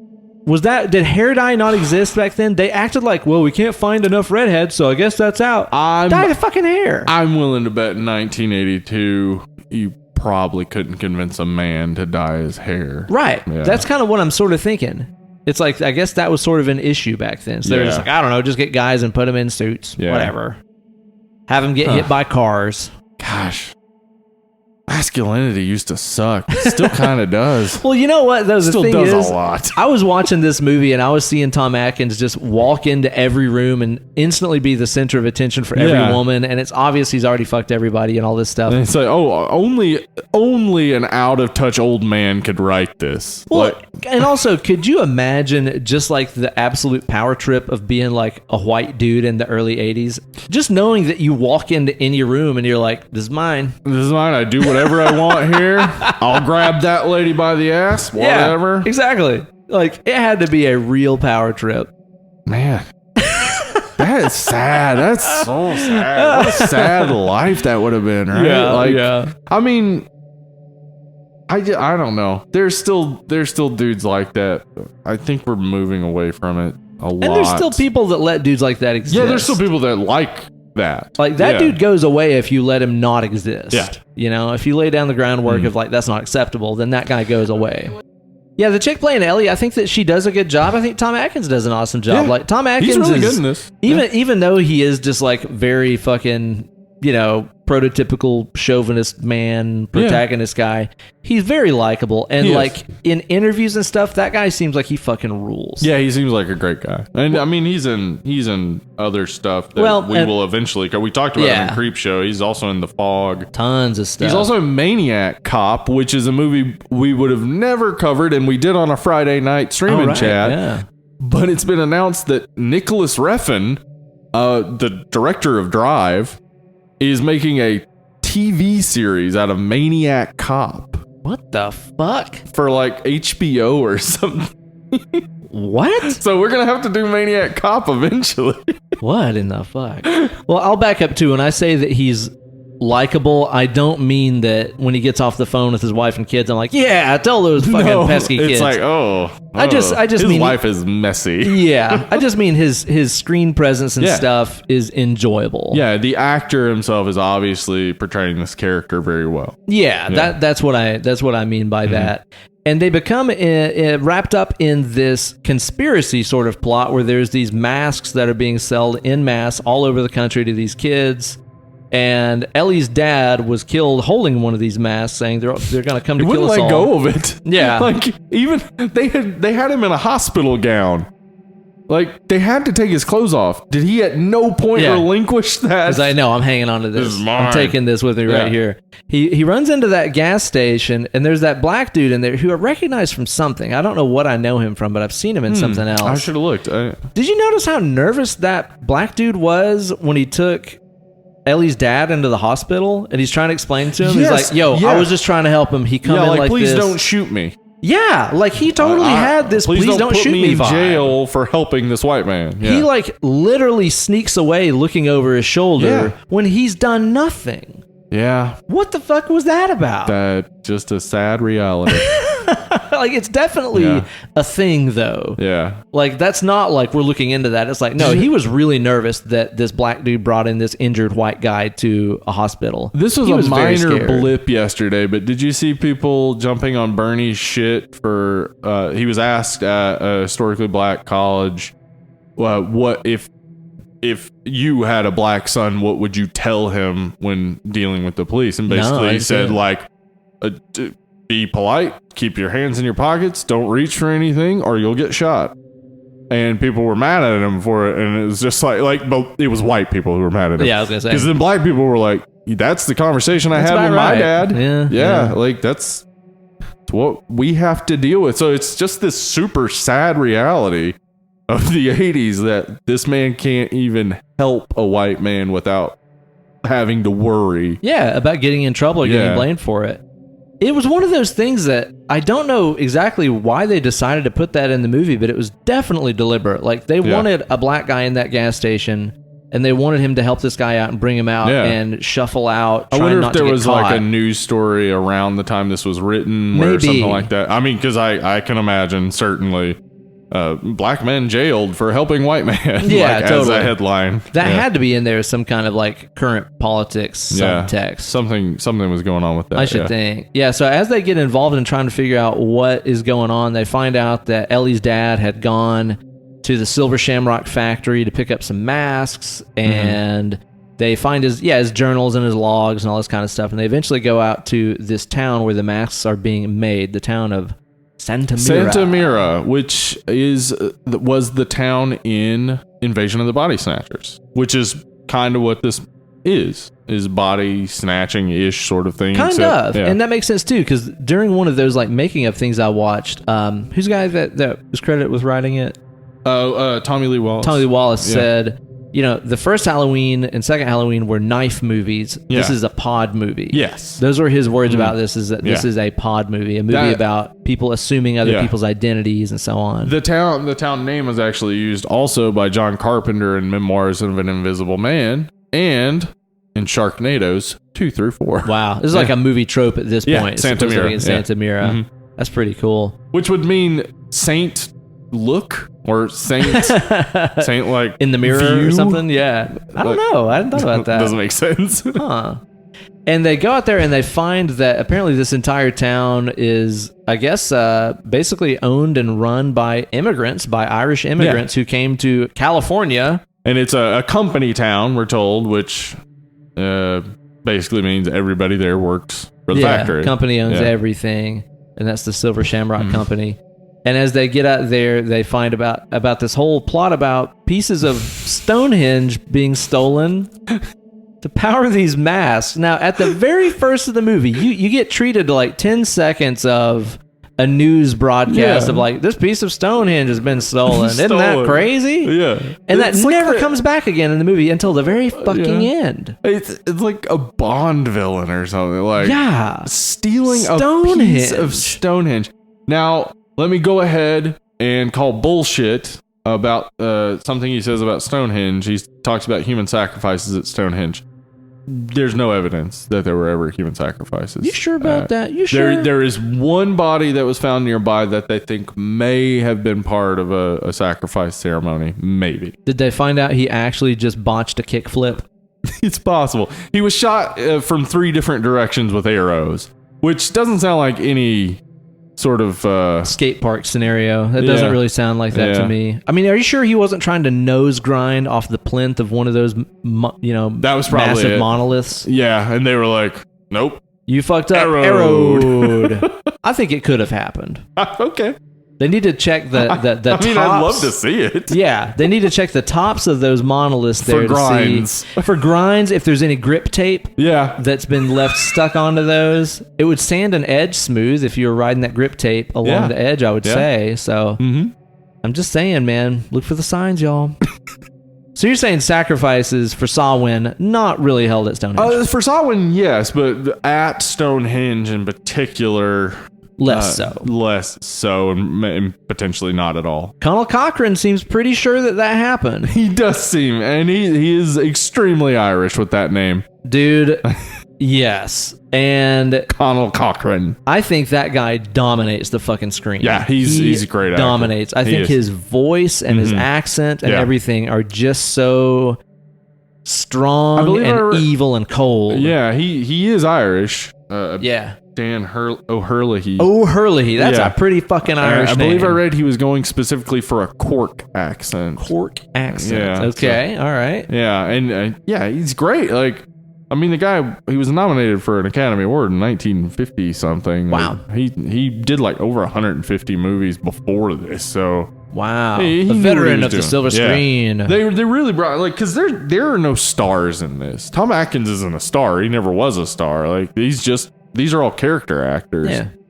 And they nail it. Like, nobody ever sticks out specifically except for Cochran, though. Like, he's the one who really sticks out when he's on screen because he's so commanding. He kind of reminds me of like an Irish version of fucking what's his name? Saruman, Alan Lee? Oh, okay. Is that his name? I don't remember. Christopher Lee. Yeah. Alan Lee's the guy that does all the cool illustrations that were in Lord of the Rings. I always get those two names mixed up. He reminds me of like an Irish Christopher Lee. Yeah. In that he has this very strong, commanding voice. Like the voice of Cinder from The Stupids. This is the thing that I always think about. If Christopher Lee was a moron, we'd never know. No. I would just assume he's a fucking genius because the way he talks. Absolutely, for sure. He must know what he's talking about. That voice, like. But he's established himself a pretty damn elaborate plan. His plan is, I'm going to steal this big piece of Stonehenge. Right. That has to be easy. Crossing that over international waters and stuff. All the way to California as well, so. Yeah. Wow. He makes a legion of humanoid robots that are of more advanced technology than anything seen at that time and even beyond anything we have now. Mm-hmm. And they chip off pieces of the rock and put them in these masks and stuff. Yeah. The masks will be sold to children by very convincing television ads. I guess they just knew that would work. Right. And then the commercial itself on Halloween night will activate the Stonehenge in the rocks. By means of things and turn kids' heads into bugs and snakes. and then the bugs and snakes will kill their families. Now, there are a lot of variables. The ultimate practical joke. There's a lot of variables that go into this that could easily go awry, Steve. What? Time zones? Oh, time zones. Right. So, like, you know, if a commercial was playing in New York at, what time is it? 10? 9. Is it 9? That would mean 5 o'clock in California, right? Nope. No, it'd be 6. It'd be 6 o'clock in California. 6 o'clock in California in the fall. Wouldn't even really be dark. There'd be plenty of time for them to be like, don't run the commercial over there. Yep. Like, it could run one wave and hit the East Coast, maybe. And also, too, here's the thing. The kids have to be watching the commercial for this to work, right? But they're out trick-or-treating. But they're out trick-or-treating. And also, the whole promise of the commercial is, tune in for the giveaway. What the fuck are they giving away? Did you notice how they never even explained? I didn't. Yeah, it was tune in at 9 o'clock for the giveaway. It's the big giveaway. What are they going to give away? One of the masks that you already fucking have? Like, dude, if you're a kid and it's fucking Halloween and you're out getting all the sugar, all the refined sugar to last you till Christmas, and you're like, I don't know, they said something about a giveaway. What are they giving away? They didn't really say. They just want me to watch the commercial. Maybe let's go home. The dead dwarf gag. Yeah, really. They're giving away a soft chainsaw gag. I mean, what are they giving away that's so enticing to these kids that they're going to hang up trick-or-treating to go home and watch this thing? No, there's no reasoning to the plot. This is why it has to be reassessed, because it may be fun and everything, but it makes zero sense. And then what happens after all these kids die? I mean, what happens next year? Are there consequences? Do they come and arrest them? Do they shut the plant down and they're like, holy shit, there's robots? Like, how would they even know to go arrest them? I don't know. Like, what? Okay, let's just say you're a detective. You are pretty quickly going to get to Silver Shamrock, because you're going to be like, oh, all the kids that died wearing Silver Shamrock masks. Yeah. What would be your next area of inquiry? What would you, like, you go there and you're like, so all the kids who died were wearing your masks, but the way they died was their heads turned into bugs and snakes, and we have no idea how that happens. You got a lot of explaining to do here. Yeah, there's a lot of loose ends to tug at right there. The plot is kind of strange. Yeah, it's really strange. I mean, honestly, it would. And it's in no way a practical joke. No. It's the most impractical joke. I mean, honestly, it would have been more practical just to say that Conal Cochran is like some kind of a warlock, and after he knows all the kids are wearing the masks, he's put a spell on all of them. Sure. And he just has to say the magic word and it'll melt their heads. Bringing in this whole, like, they have to be watching the commercial. They're going to be sitting in their living rooms. Yeah. Yeah, that's all. That doesn't work. Yeah. A little too far-fetched. I mean, I like the whole witchcraft plus technology angle. Yeah. That's cool. I like the idea of ultimately trick or treat. Like, that was all based on tricks or treats. Yeah. I mean, all that we've ever known is the treats. Yeah, we never did the tricks. Yeah, but there were tricks during the origins of the holiday. Oh, yeah, but like for real tricks, too. Or like, yeah, poor people. Your head's off. Yeah.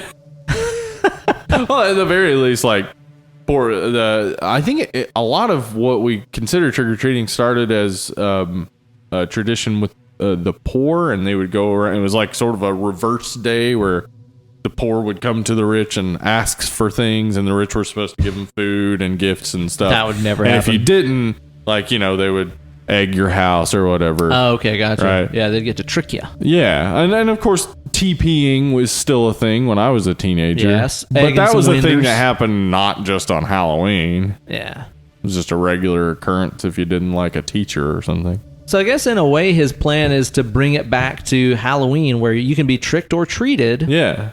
Mainly just tricked, mostly because of the sacrifices. Mostly tricked into putting on a mask that turns your kid's head into bugs that kill you. So he said How that did the mom die, by the way, in that? I was going to ask the same thing. From fright? She just kind of like passed out. The dad got bit by the snake. Yeah, that was shown, but she just passed out. She had the vapors.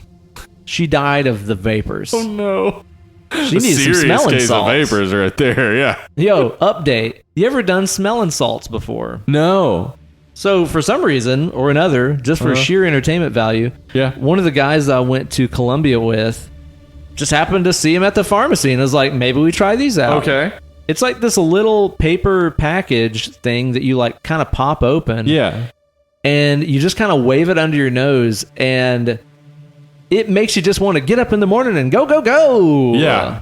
It causes actually this like spasm in your sinuses. Mm-hmm.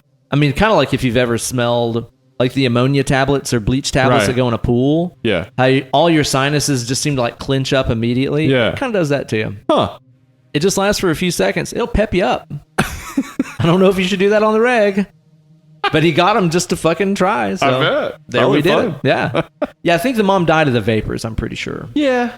Boy, that's a shame.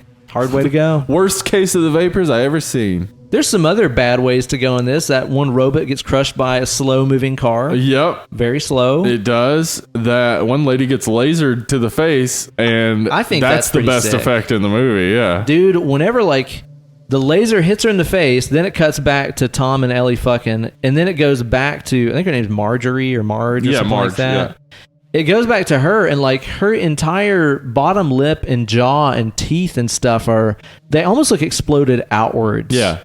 You know, like that, I've mentioned on the show before, but that one time a fucking asshole friend of mine showed me a picture of a guy who had like a blasting cap from a landmine in his mouth and it went off. Oh. It was the worst thing I've ever seen. I never want to see it again.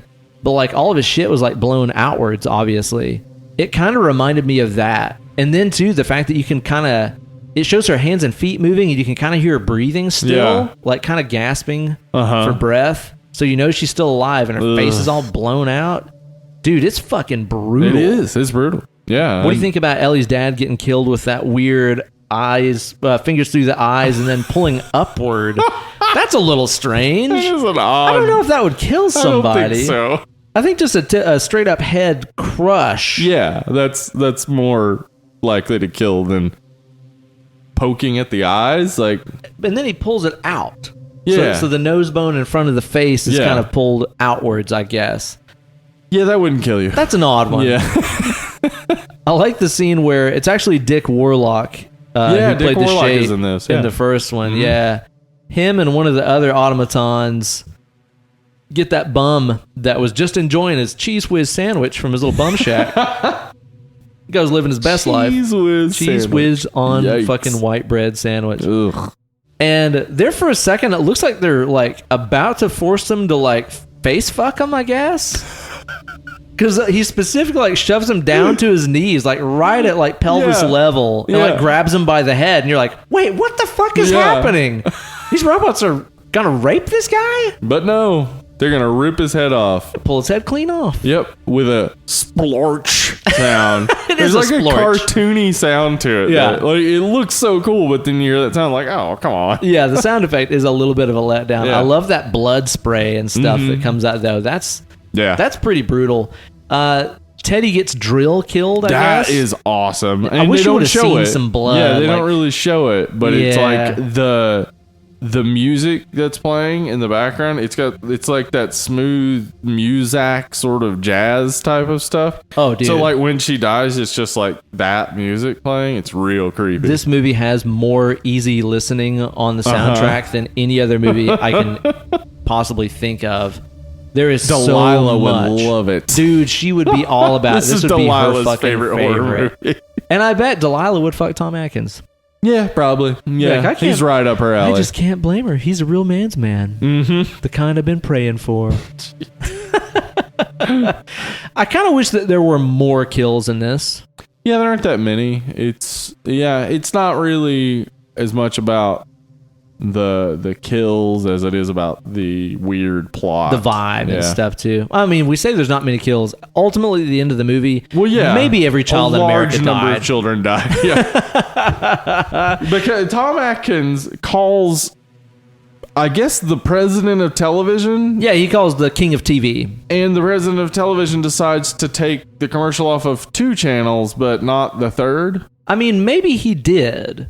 But he's convinced by a man just saying, hey, you got to turn these off or something bad's going to happen. And he's like, all right, I'll turn it off 2 channels, bud. Well, there's a deleted scene in there where you didn't hear it, but the king of TV is like, excuse me, sir, May I ask your ethnicity, sir? Oh no. I'm white. Oh, yes, fine, yes, perfect. Are you a young man or an old man? I'm an old white man. Do you own land? I'm a landowner and I have a mustache. Then I shall allow you to remove this commercial from television. I'm sir. listening. Is he talking to Fraser Crane? Yeah. Fraser Crane's It's king me, of TV. Dr. Fraser Crane. Yeah, he just kind of calls up the board of TV and does get it taken off. Yeah. Maybe at the end of the movie, maybe they don't take it off that third channel. Apparently, there's like a lot of alternate endings for the movie that weren't released. There was one that just featured the sounds of like hundreds of kids screaming, which I would have loved how bleak. Yeah, that should have played. That would be. Yeah, that would have been really fun. Because it is a bleak ending anyway. Yeah. And I mean, dude, at the end of the day, it's like maybe every kid in America, well, a third of all the kids or whatever are dead.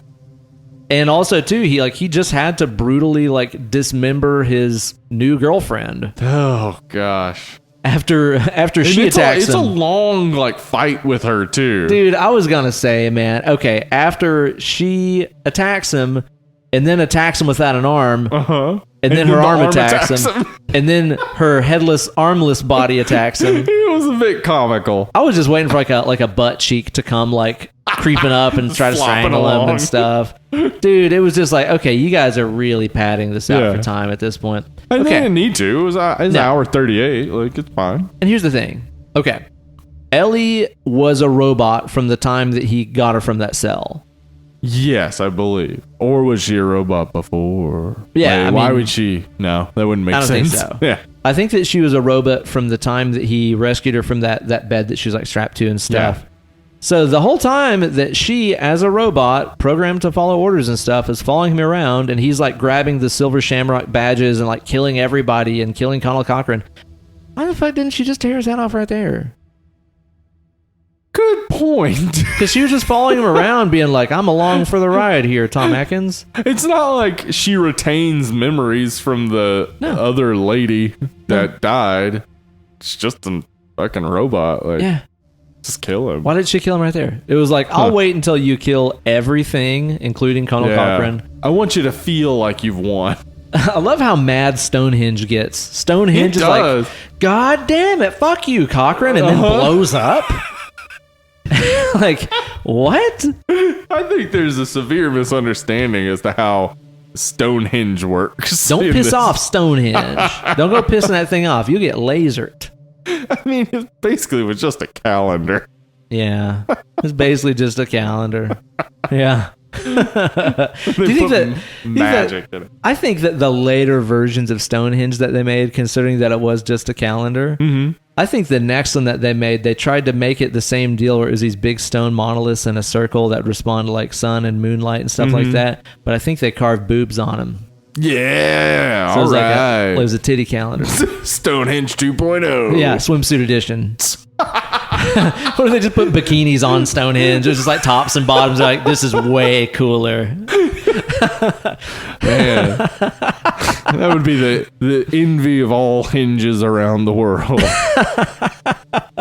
What if you made live action Stonehenge calendars? Like you made a hot rod one where you just had hot rods that are like stacked up. You know, like two vertical and one horizontal, or like bikini ladies that were stacked up. That exists. Car hinge, I think, Fireman. does exist. What about fireman hinge? Fireman hinge. Kilted man hinge. Kitten hinge. Just kidding. Just kitten stacked up. It'd be adorable. That would be cute.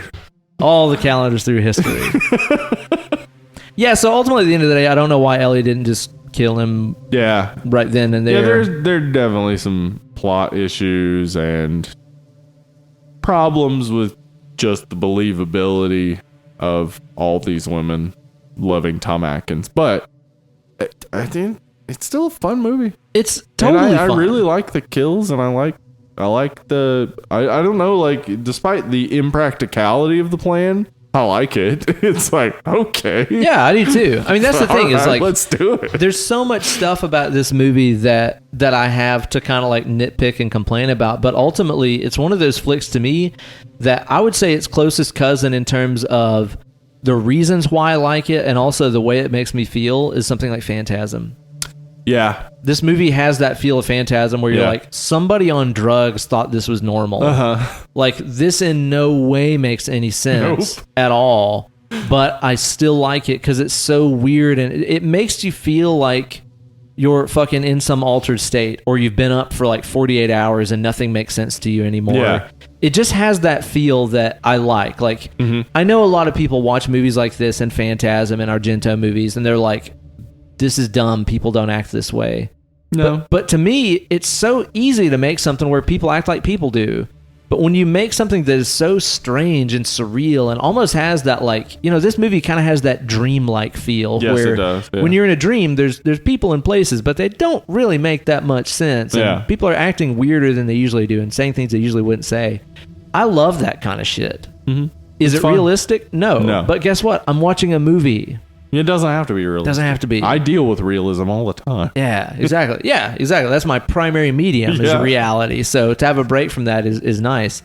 I don't really know the deal with the robots. I mean, the way that we see Ellie get transformed, it makes you think that to make a robot, you have to take a real existing human and hollow them out or something and put robot stuff in them. But does that mean that like all the other guys that have like the orange juice coming out of their mouths and stuff, were they once normal people? I guess. That were reprogrammed or whatever? And if he can already do that, why hasn't he done it to the whole town? Well, maybe the whole town is, but it's like... Well, I mean, that bum certainly guy wasn't. Yeah, it's true.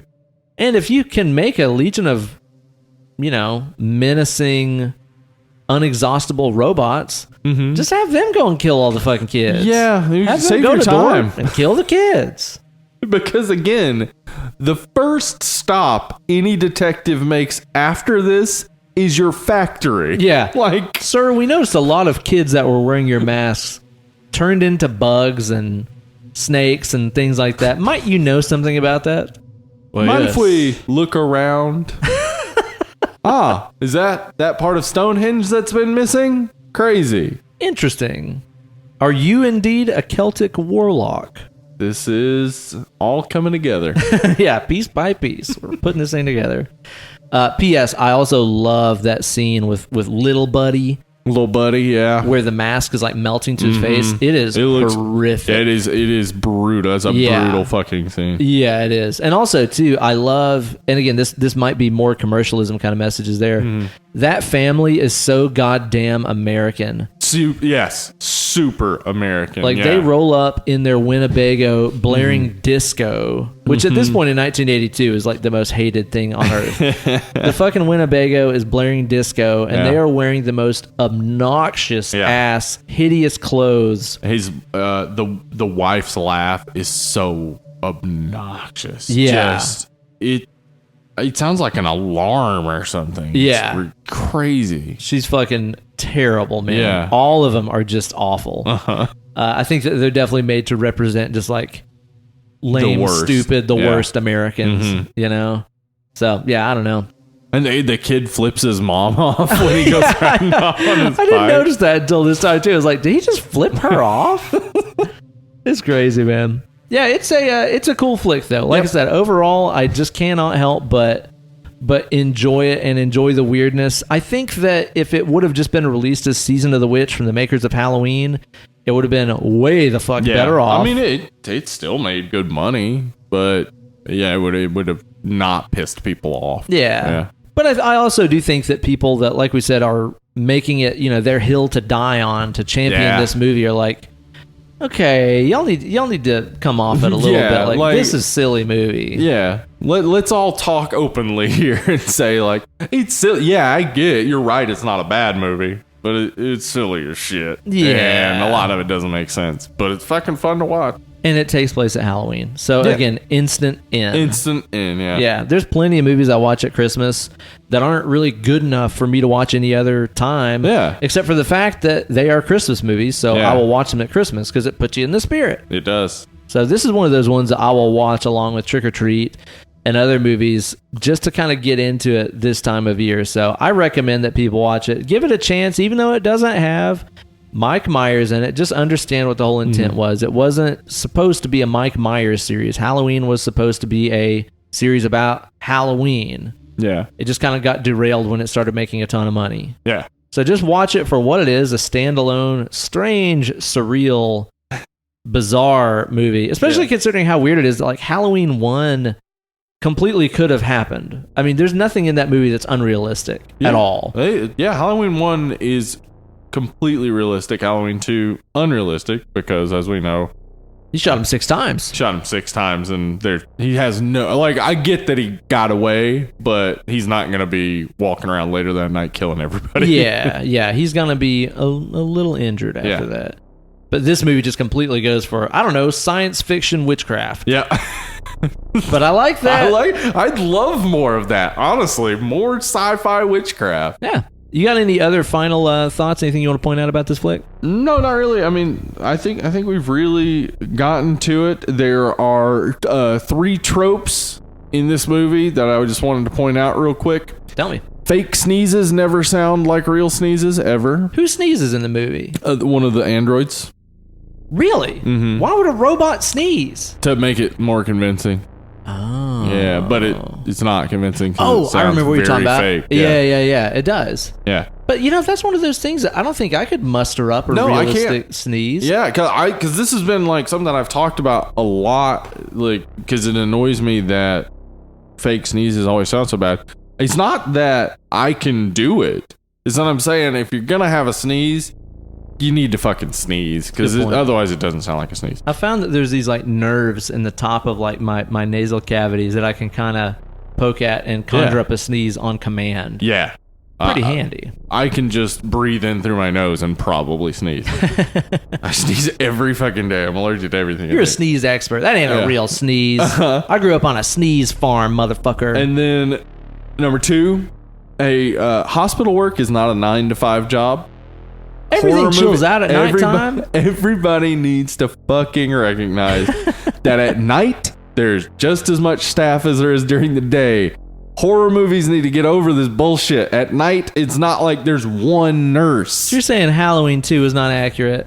Not at all. You're saying The Void wasn't accurate? The Void is accurate because they explain that the hospital is shutting down.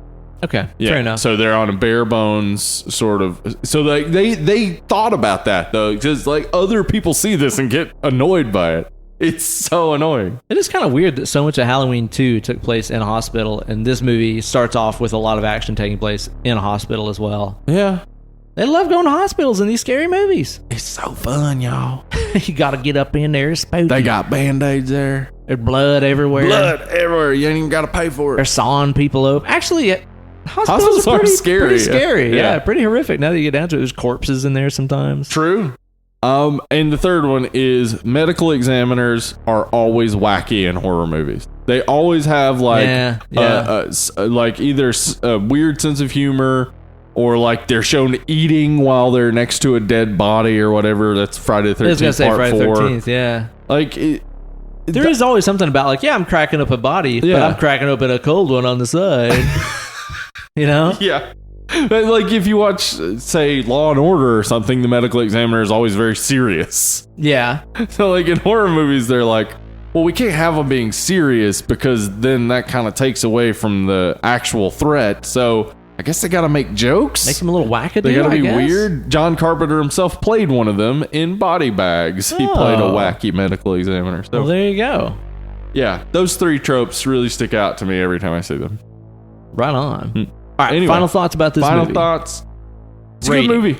It's a good movie. It really is. It's fun to watch. It, even though the logic doesn't track all the time or whatever, it doesn't really matter. It's a fun movie. Good for Halloween times, for sure.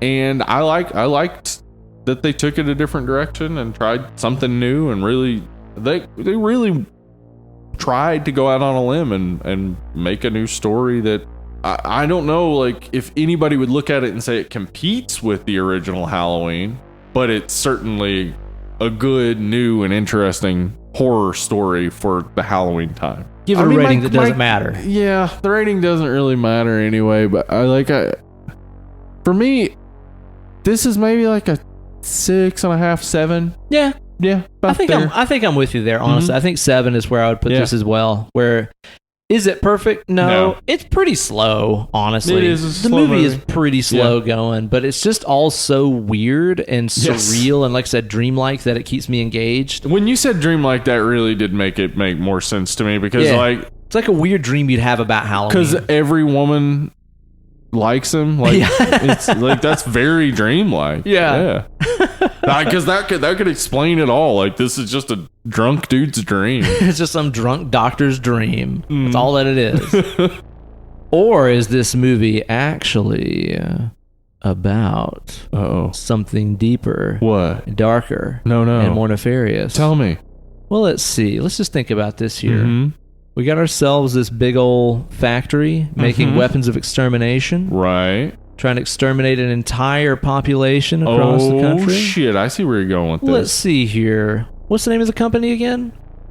Silver Shamrock. What's the initials of that? SS. Oh, you mean like the Nazis? What? I don't know, though. Let's debunk this real quick. What was the insignia that SS officers wore on their caps? Oh, it was a skull. Right. Like a skull mask that Silver Shamrock makes. Dun, dun, dun. And Hitler was trying to integrate, like, magic into science. So, holy shit, that actually... Maybe that started out as a joke. But I'm like, but maybe. Yeah, maybe. Yeah, really, though. Yeah, for real. Really. Might be about the Holocaust. Probably is. Yeah, I like this flick. I think it's a 7 for me as well. I'll definitely watch it again. Yeah. And I maintain it's better than it's any the Halloween that follows Halloween. it. Yeah. Yes. Yeah, exactly. It's the best up until Halloween 2018. Yep. In my opinion. Yep. I agree. Now, Steve, next week on the show, we are kicking off a month once again of No Vampire. Anybody that listens to our show on the reg knows that the entire month of November, we do nothing but talk about vampire flicks. Yeah, and this year, because we have started our Patreon, we decided to let our Patreon patrons both get one movie chosen randomly and all the other movies voted on by the listeners. So people that give us their money are really running the show this month. They really are this month, yeah. So we are doing Buffy the Vampire Slayer next week. That was the one that we drew. I don't remember who. Jason. I do remember. Yeah, Jason. That's right. Yeah, Jason submitted it. I'm excited to cover that one. That is such a fun, fucking silly ass movie. Yeah. It's going to be a blast because Buffy's awesome. Paul Rubens is in it. And we'll talk about the show some. Kate just started watching it. Yeah, my wife had just started watching the show. I watched a little bit of one the other day. Yeah. It was really fun. Yeah, and we get to talk about Joss Whedon some too. So that'll be fun. That's right. That'll definitely be fun. And if you guys want to become part of that community and say thanks by giving us some dollar papers, why, you can. Yeah, head on over to patreon.com/dead and lovely. If you become a $5 patron, you get to submit a movie title. So far, we've been doing a movie drawing once a month, and it's worked out great. That's right. All of our listeners have good taste. Mm-hmm. So, and taste good. They do taste delicious. And less filling. They're less filling as well. Oh, right. Yeah, great taste, less filling. We also have t-shirts available. Woo! Dead and Lovely t-shirts. You can email us your address and size. I'll email you back a price, basically $7.50 for shipping. $25 for a small through extra large, XXL, and triple XL, $28. I'll send it to you the next business day. Whenever you guys buy them shirts, you're just helping us buy another round of shirts and mercandise like koozies and all kinds of other stuff. Yeah, we're going to be doing some other smaller merchandise. We've been getting a lot of questions. I guess people want to buy something a little bit cheaper. We'll be doing koozies, maybe patches or... Eye patches. Dead and Lovely eye patches. We're going to be doing glass eyes. Hell yeah. Dead and Lovely glass eyes. You can either get it with Dead and Lovely on one glass eye or Dead on one and Lovely on the other one. So you can get a set. And on your nose bridge. So that's when we're doing our temporary tattoos. You can order just an and to put on the bridge of your nose. So you can do your Dead and Lovely double glass eyes. People that want to take advantage of that but don't have glass eyes, guess what? Get your eyes removed. All right. And Dead and Lovely sex toys, of course. Yeah. For our sex toy story. Yeah, sex toy story. God damn it, that's the name of the movie. Sex toy story. Sex toy story. It was right there. I was like, Toy Story 9? Fuck no. Sex toy story. If you want a Dead and Lovely rubber fist, here it comes. Actually, there is a fist in our logo. Hell yeah. It's right there. Boom. We just got to get the color right for the latex. Here we go. We'll be on the way. Well, you guys be sure to tune in next week. Rate and review on iTunes helps us out a ton. I've not seen nearly enough new reviews popping up, so you guys be sure to go on there and give us a quick rating and review on iTunes. That would help us out a ton. If you care, give it a whirl. I hope you guys have had a great, safe, and happy Halloween. I hope you've been celebrating extra, considering that I've not really been able to get in the mood with all of our house selling and my traveling and stuff like that. I hope you guys have been throwing down extra hard. And I'll tell you what, if you guys are decking yourselves out in some dope Halloween costumes, or maybe you've like decked your house out real good, be sure to post pictures on Facebook, or if you post on Instagram, tag us in it, because I want to see some shit. I want to get in the spirit before the magical day of Samhain leaves us, and seeing some of our fans' involvement with their costumes and decorations and stuff would really help me out, so be sure to do that. All right, you guys be sure to tune in next week for another brand new installment of Drang and Langley here with Uncle Ben. Hollywood Steve. Happy Halloween. Hope you guys are having fun. We'll catch you guys next time. Oh, hey there, kids. It's your good buddy Uncle Ben. I just realized in the process of recording this episode and some of the audio difficulties that we had at the first of it, our stinger that we recorded for the end of the episode didn't get saved. So I'm here to give you guys a nice little Halloween treat and read to you all some of my favorite jokes from ReadersDigest.com's list of corny Halloween jokes anyone can remember. Now, some of these might be a little bit complex, so I'm going to give you guys a nice little explanation for any of these that might leave you with some questions. Let's kick it off with this one. Why do skeletons have low self-esteem?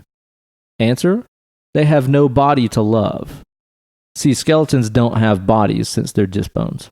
How do vampires get around on Halloween? On blood vessels. Now, you couldn't actually travel on one of those. Blood vessels are very, very, very small. But this is just more of a joke that plays on the fact that vampires like to drink blood. All right. Why did the ghost go into the bar? For the booze. That's funny because boo is a sound that ghosts have traditionally made, and booze, as in plural boo, kind of sounds like booze, which is slang for alcohol, which you would find in a bar. Why did the headless horseman go into business? He wanted to get ahead in life. Okay, now you can use the term you want to get ahead in life, meaning you want to make a better life for yourself and do well. That's why you go into business, right? But it's also funny because when you say ahead, it's kind of like he needs a head since he is headless, so that's why it's funny. Why do girl ghosts go on diets? So they can keep their ghoulish figures. Okay, now this one to me, it actually doesn't really work that well. Okay, for one, a ghost technically shouldn't be eating anything because you're already dead and you're immortal and stuff, so I don't think you actually need to eat or go on a diet. I don't think a ghost can get fat. And also the notion of them keeping their ghoulish figures, ghouls are grave robbers. I don't imagine there being a particularly ideal figure for a grave robber, so I don't really know about that one. Unless maybe, you know what, now that I think about it, maybe the amount of like shoveling and like lifting up headstones and stuff you do when you're a ghoul and robbing graves, I bet that does keep you in pretty good shape. It's probably pretty similar to doing like the CrossFit thing where you're like, you know, whipping those ropes around and stuff. So maybe it works. Anyway, happy Halloween.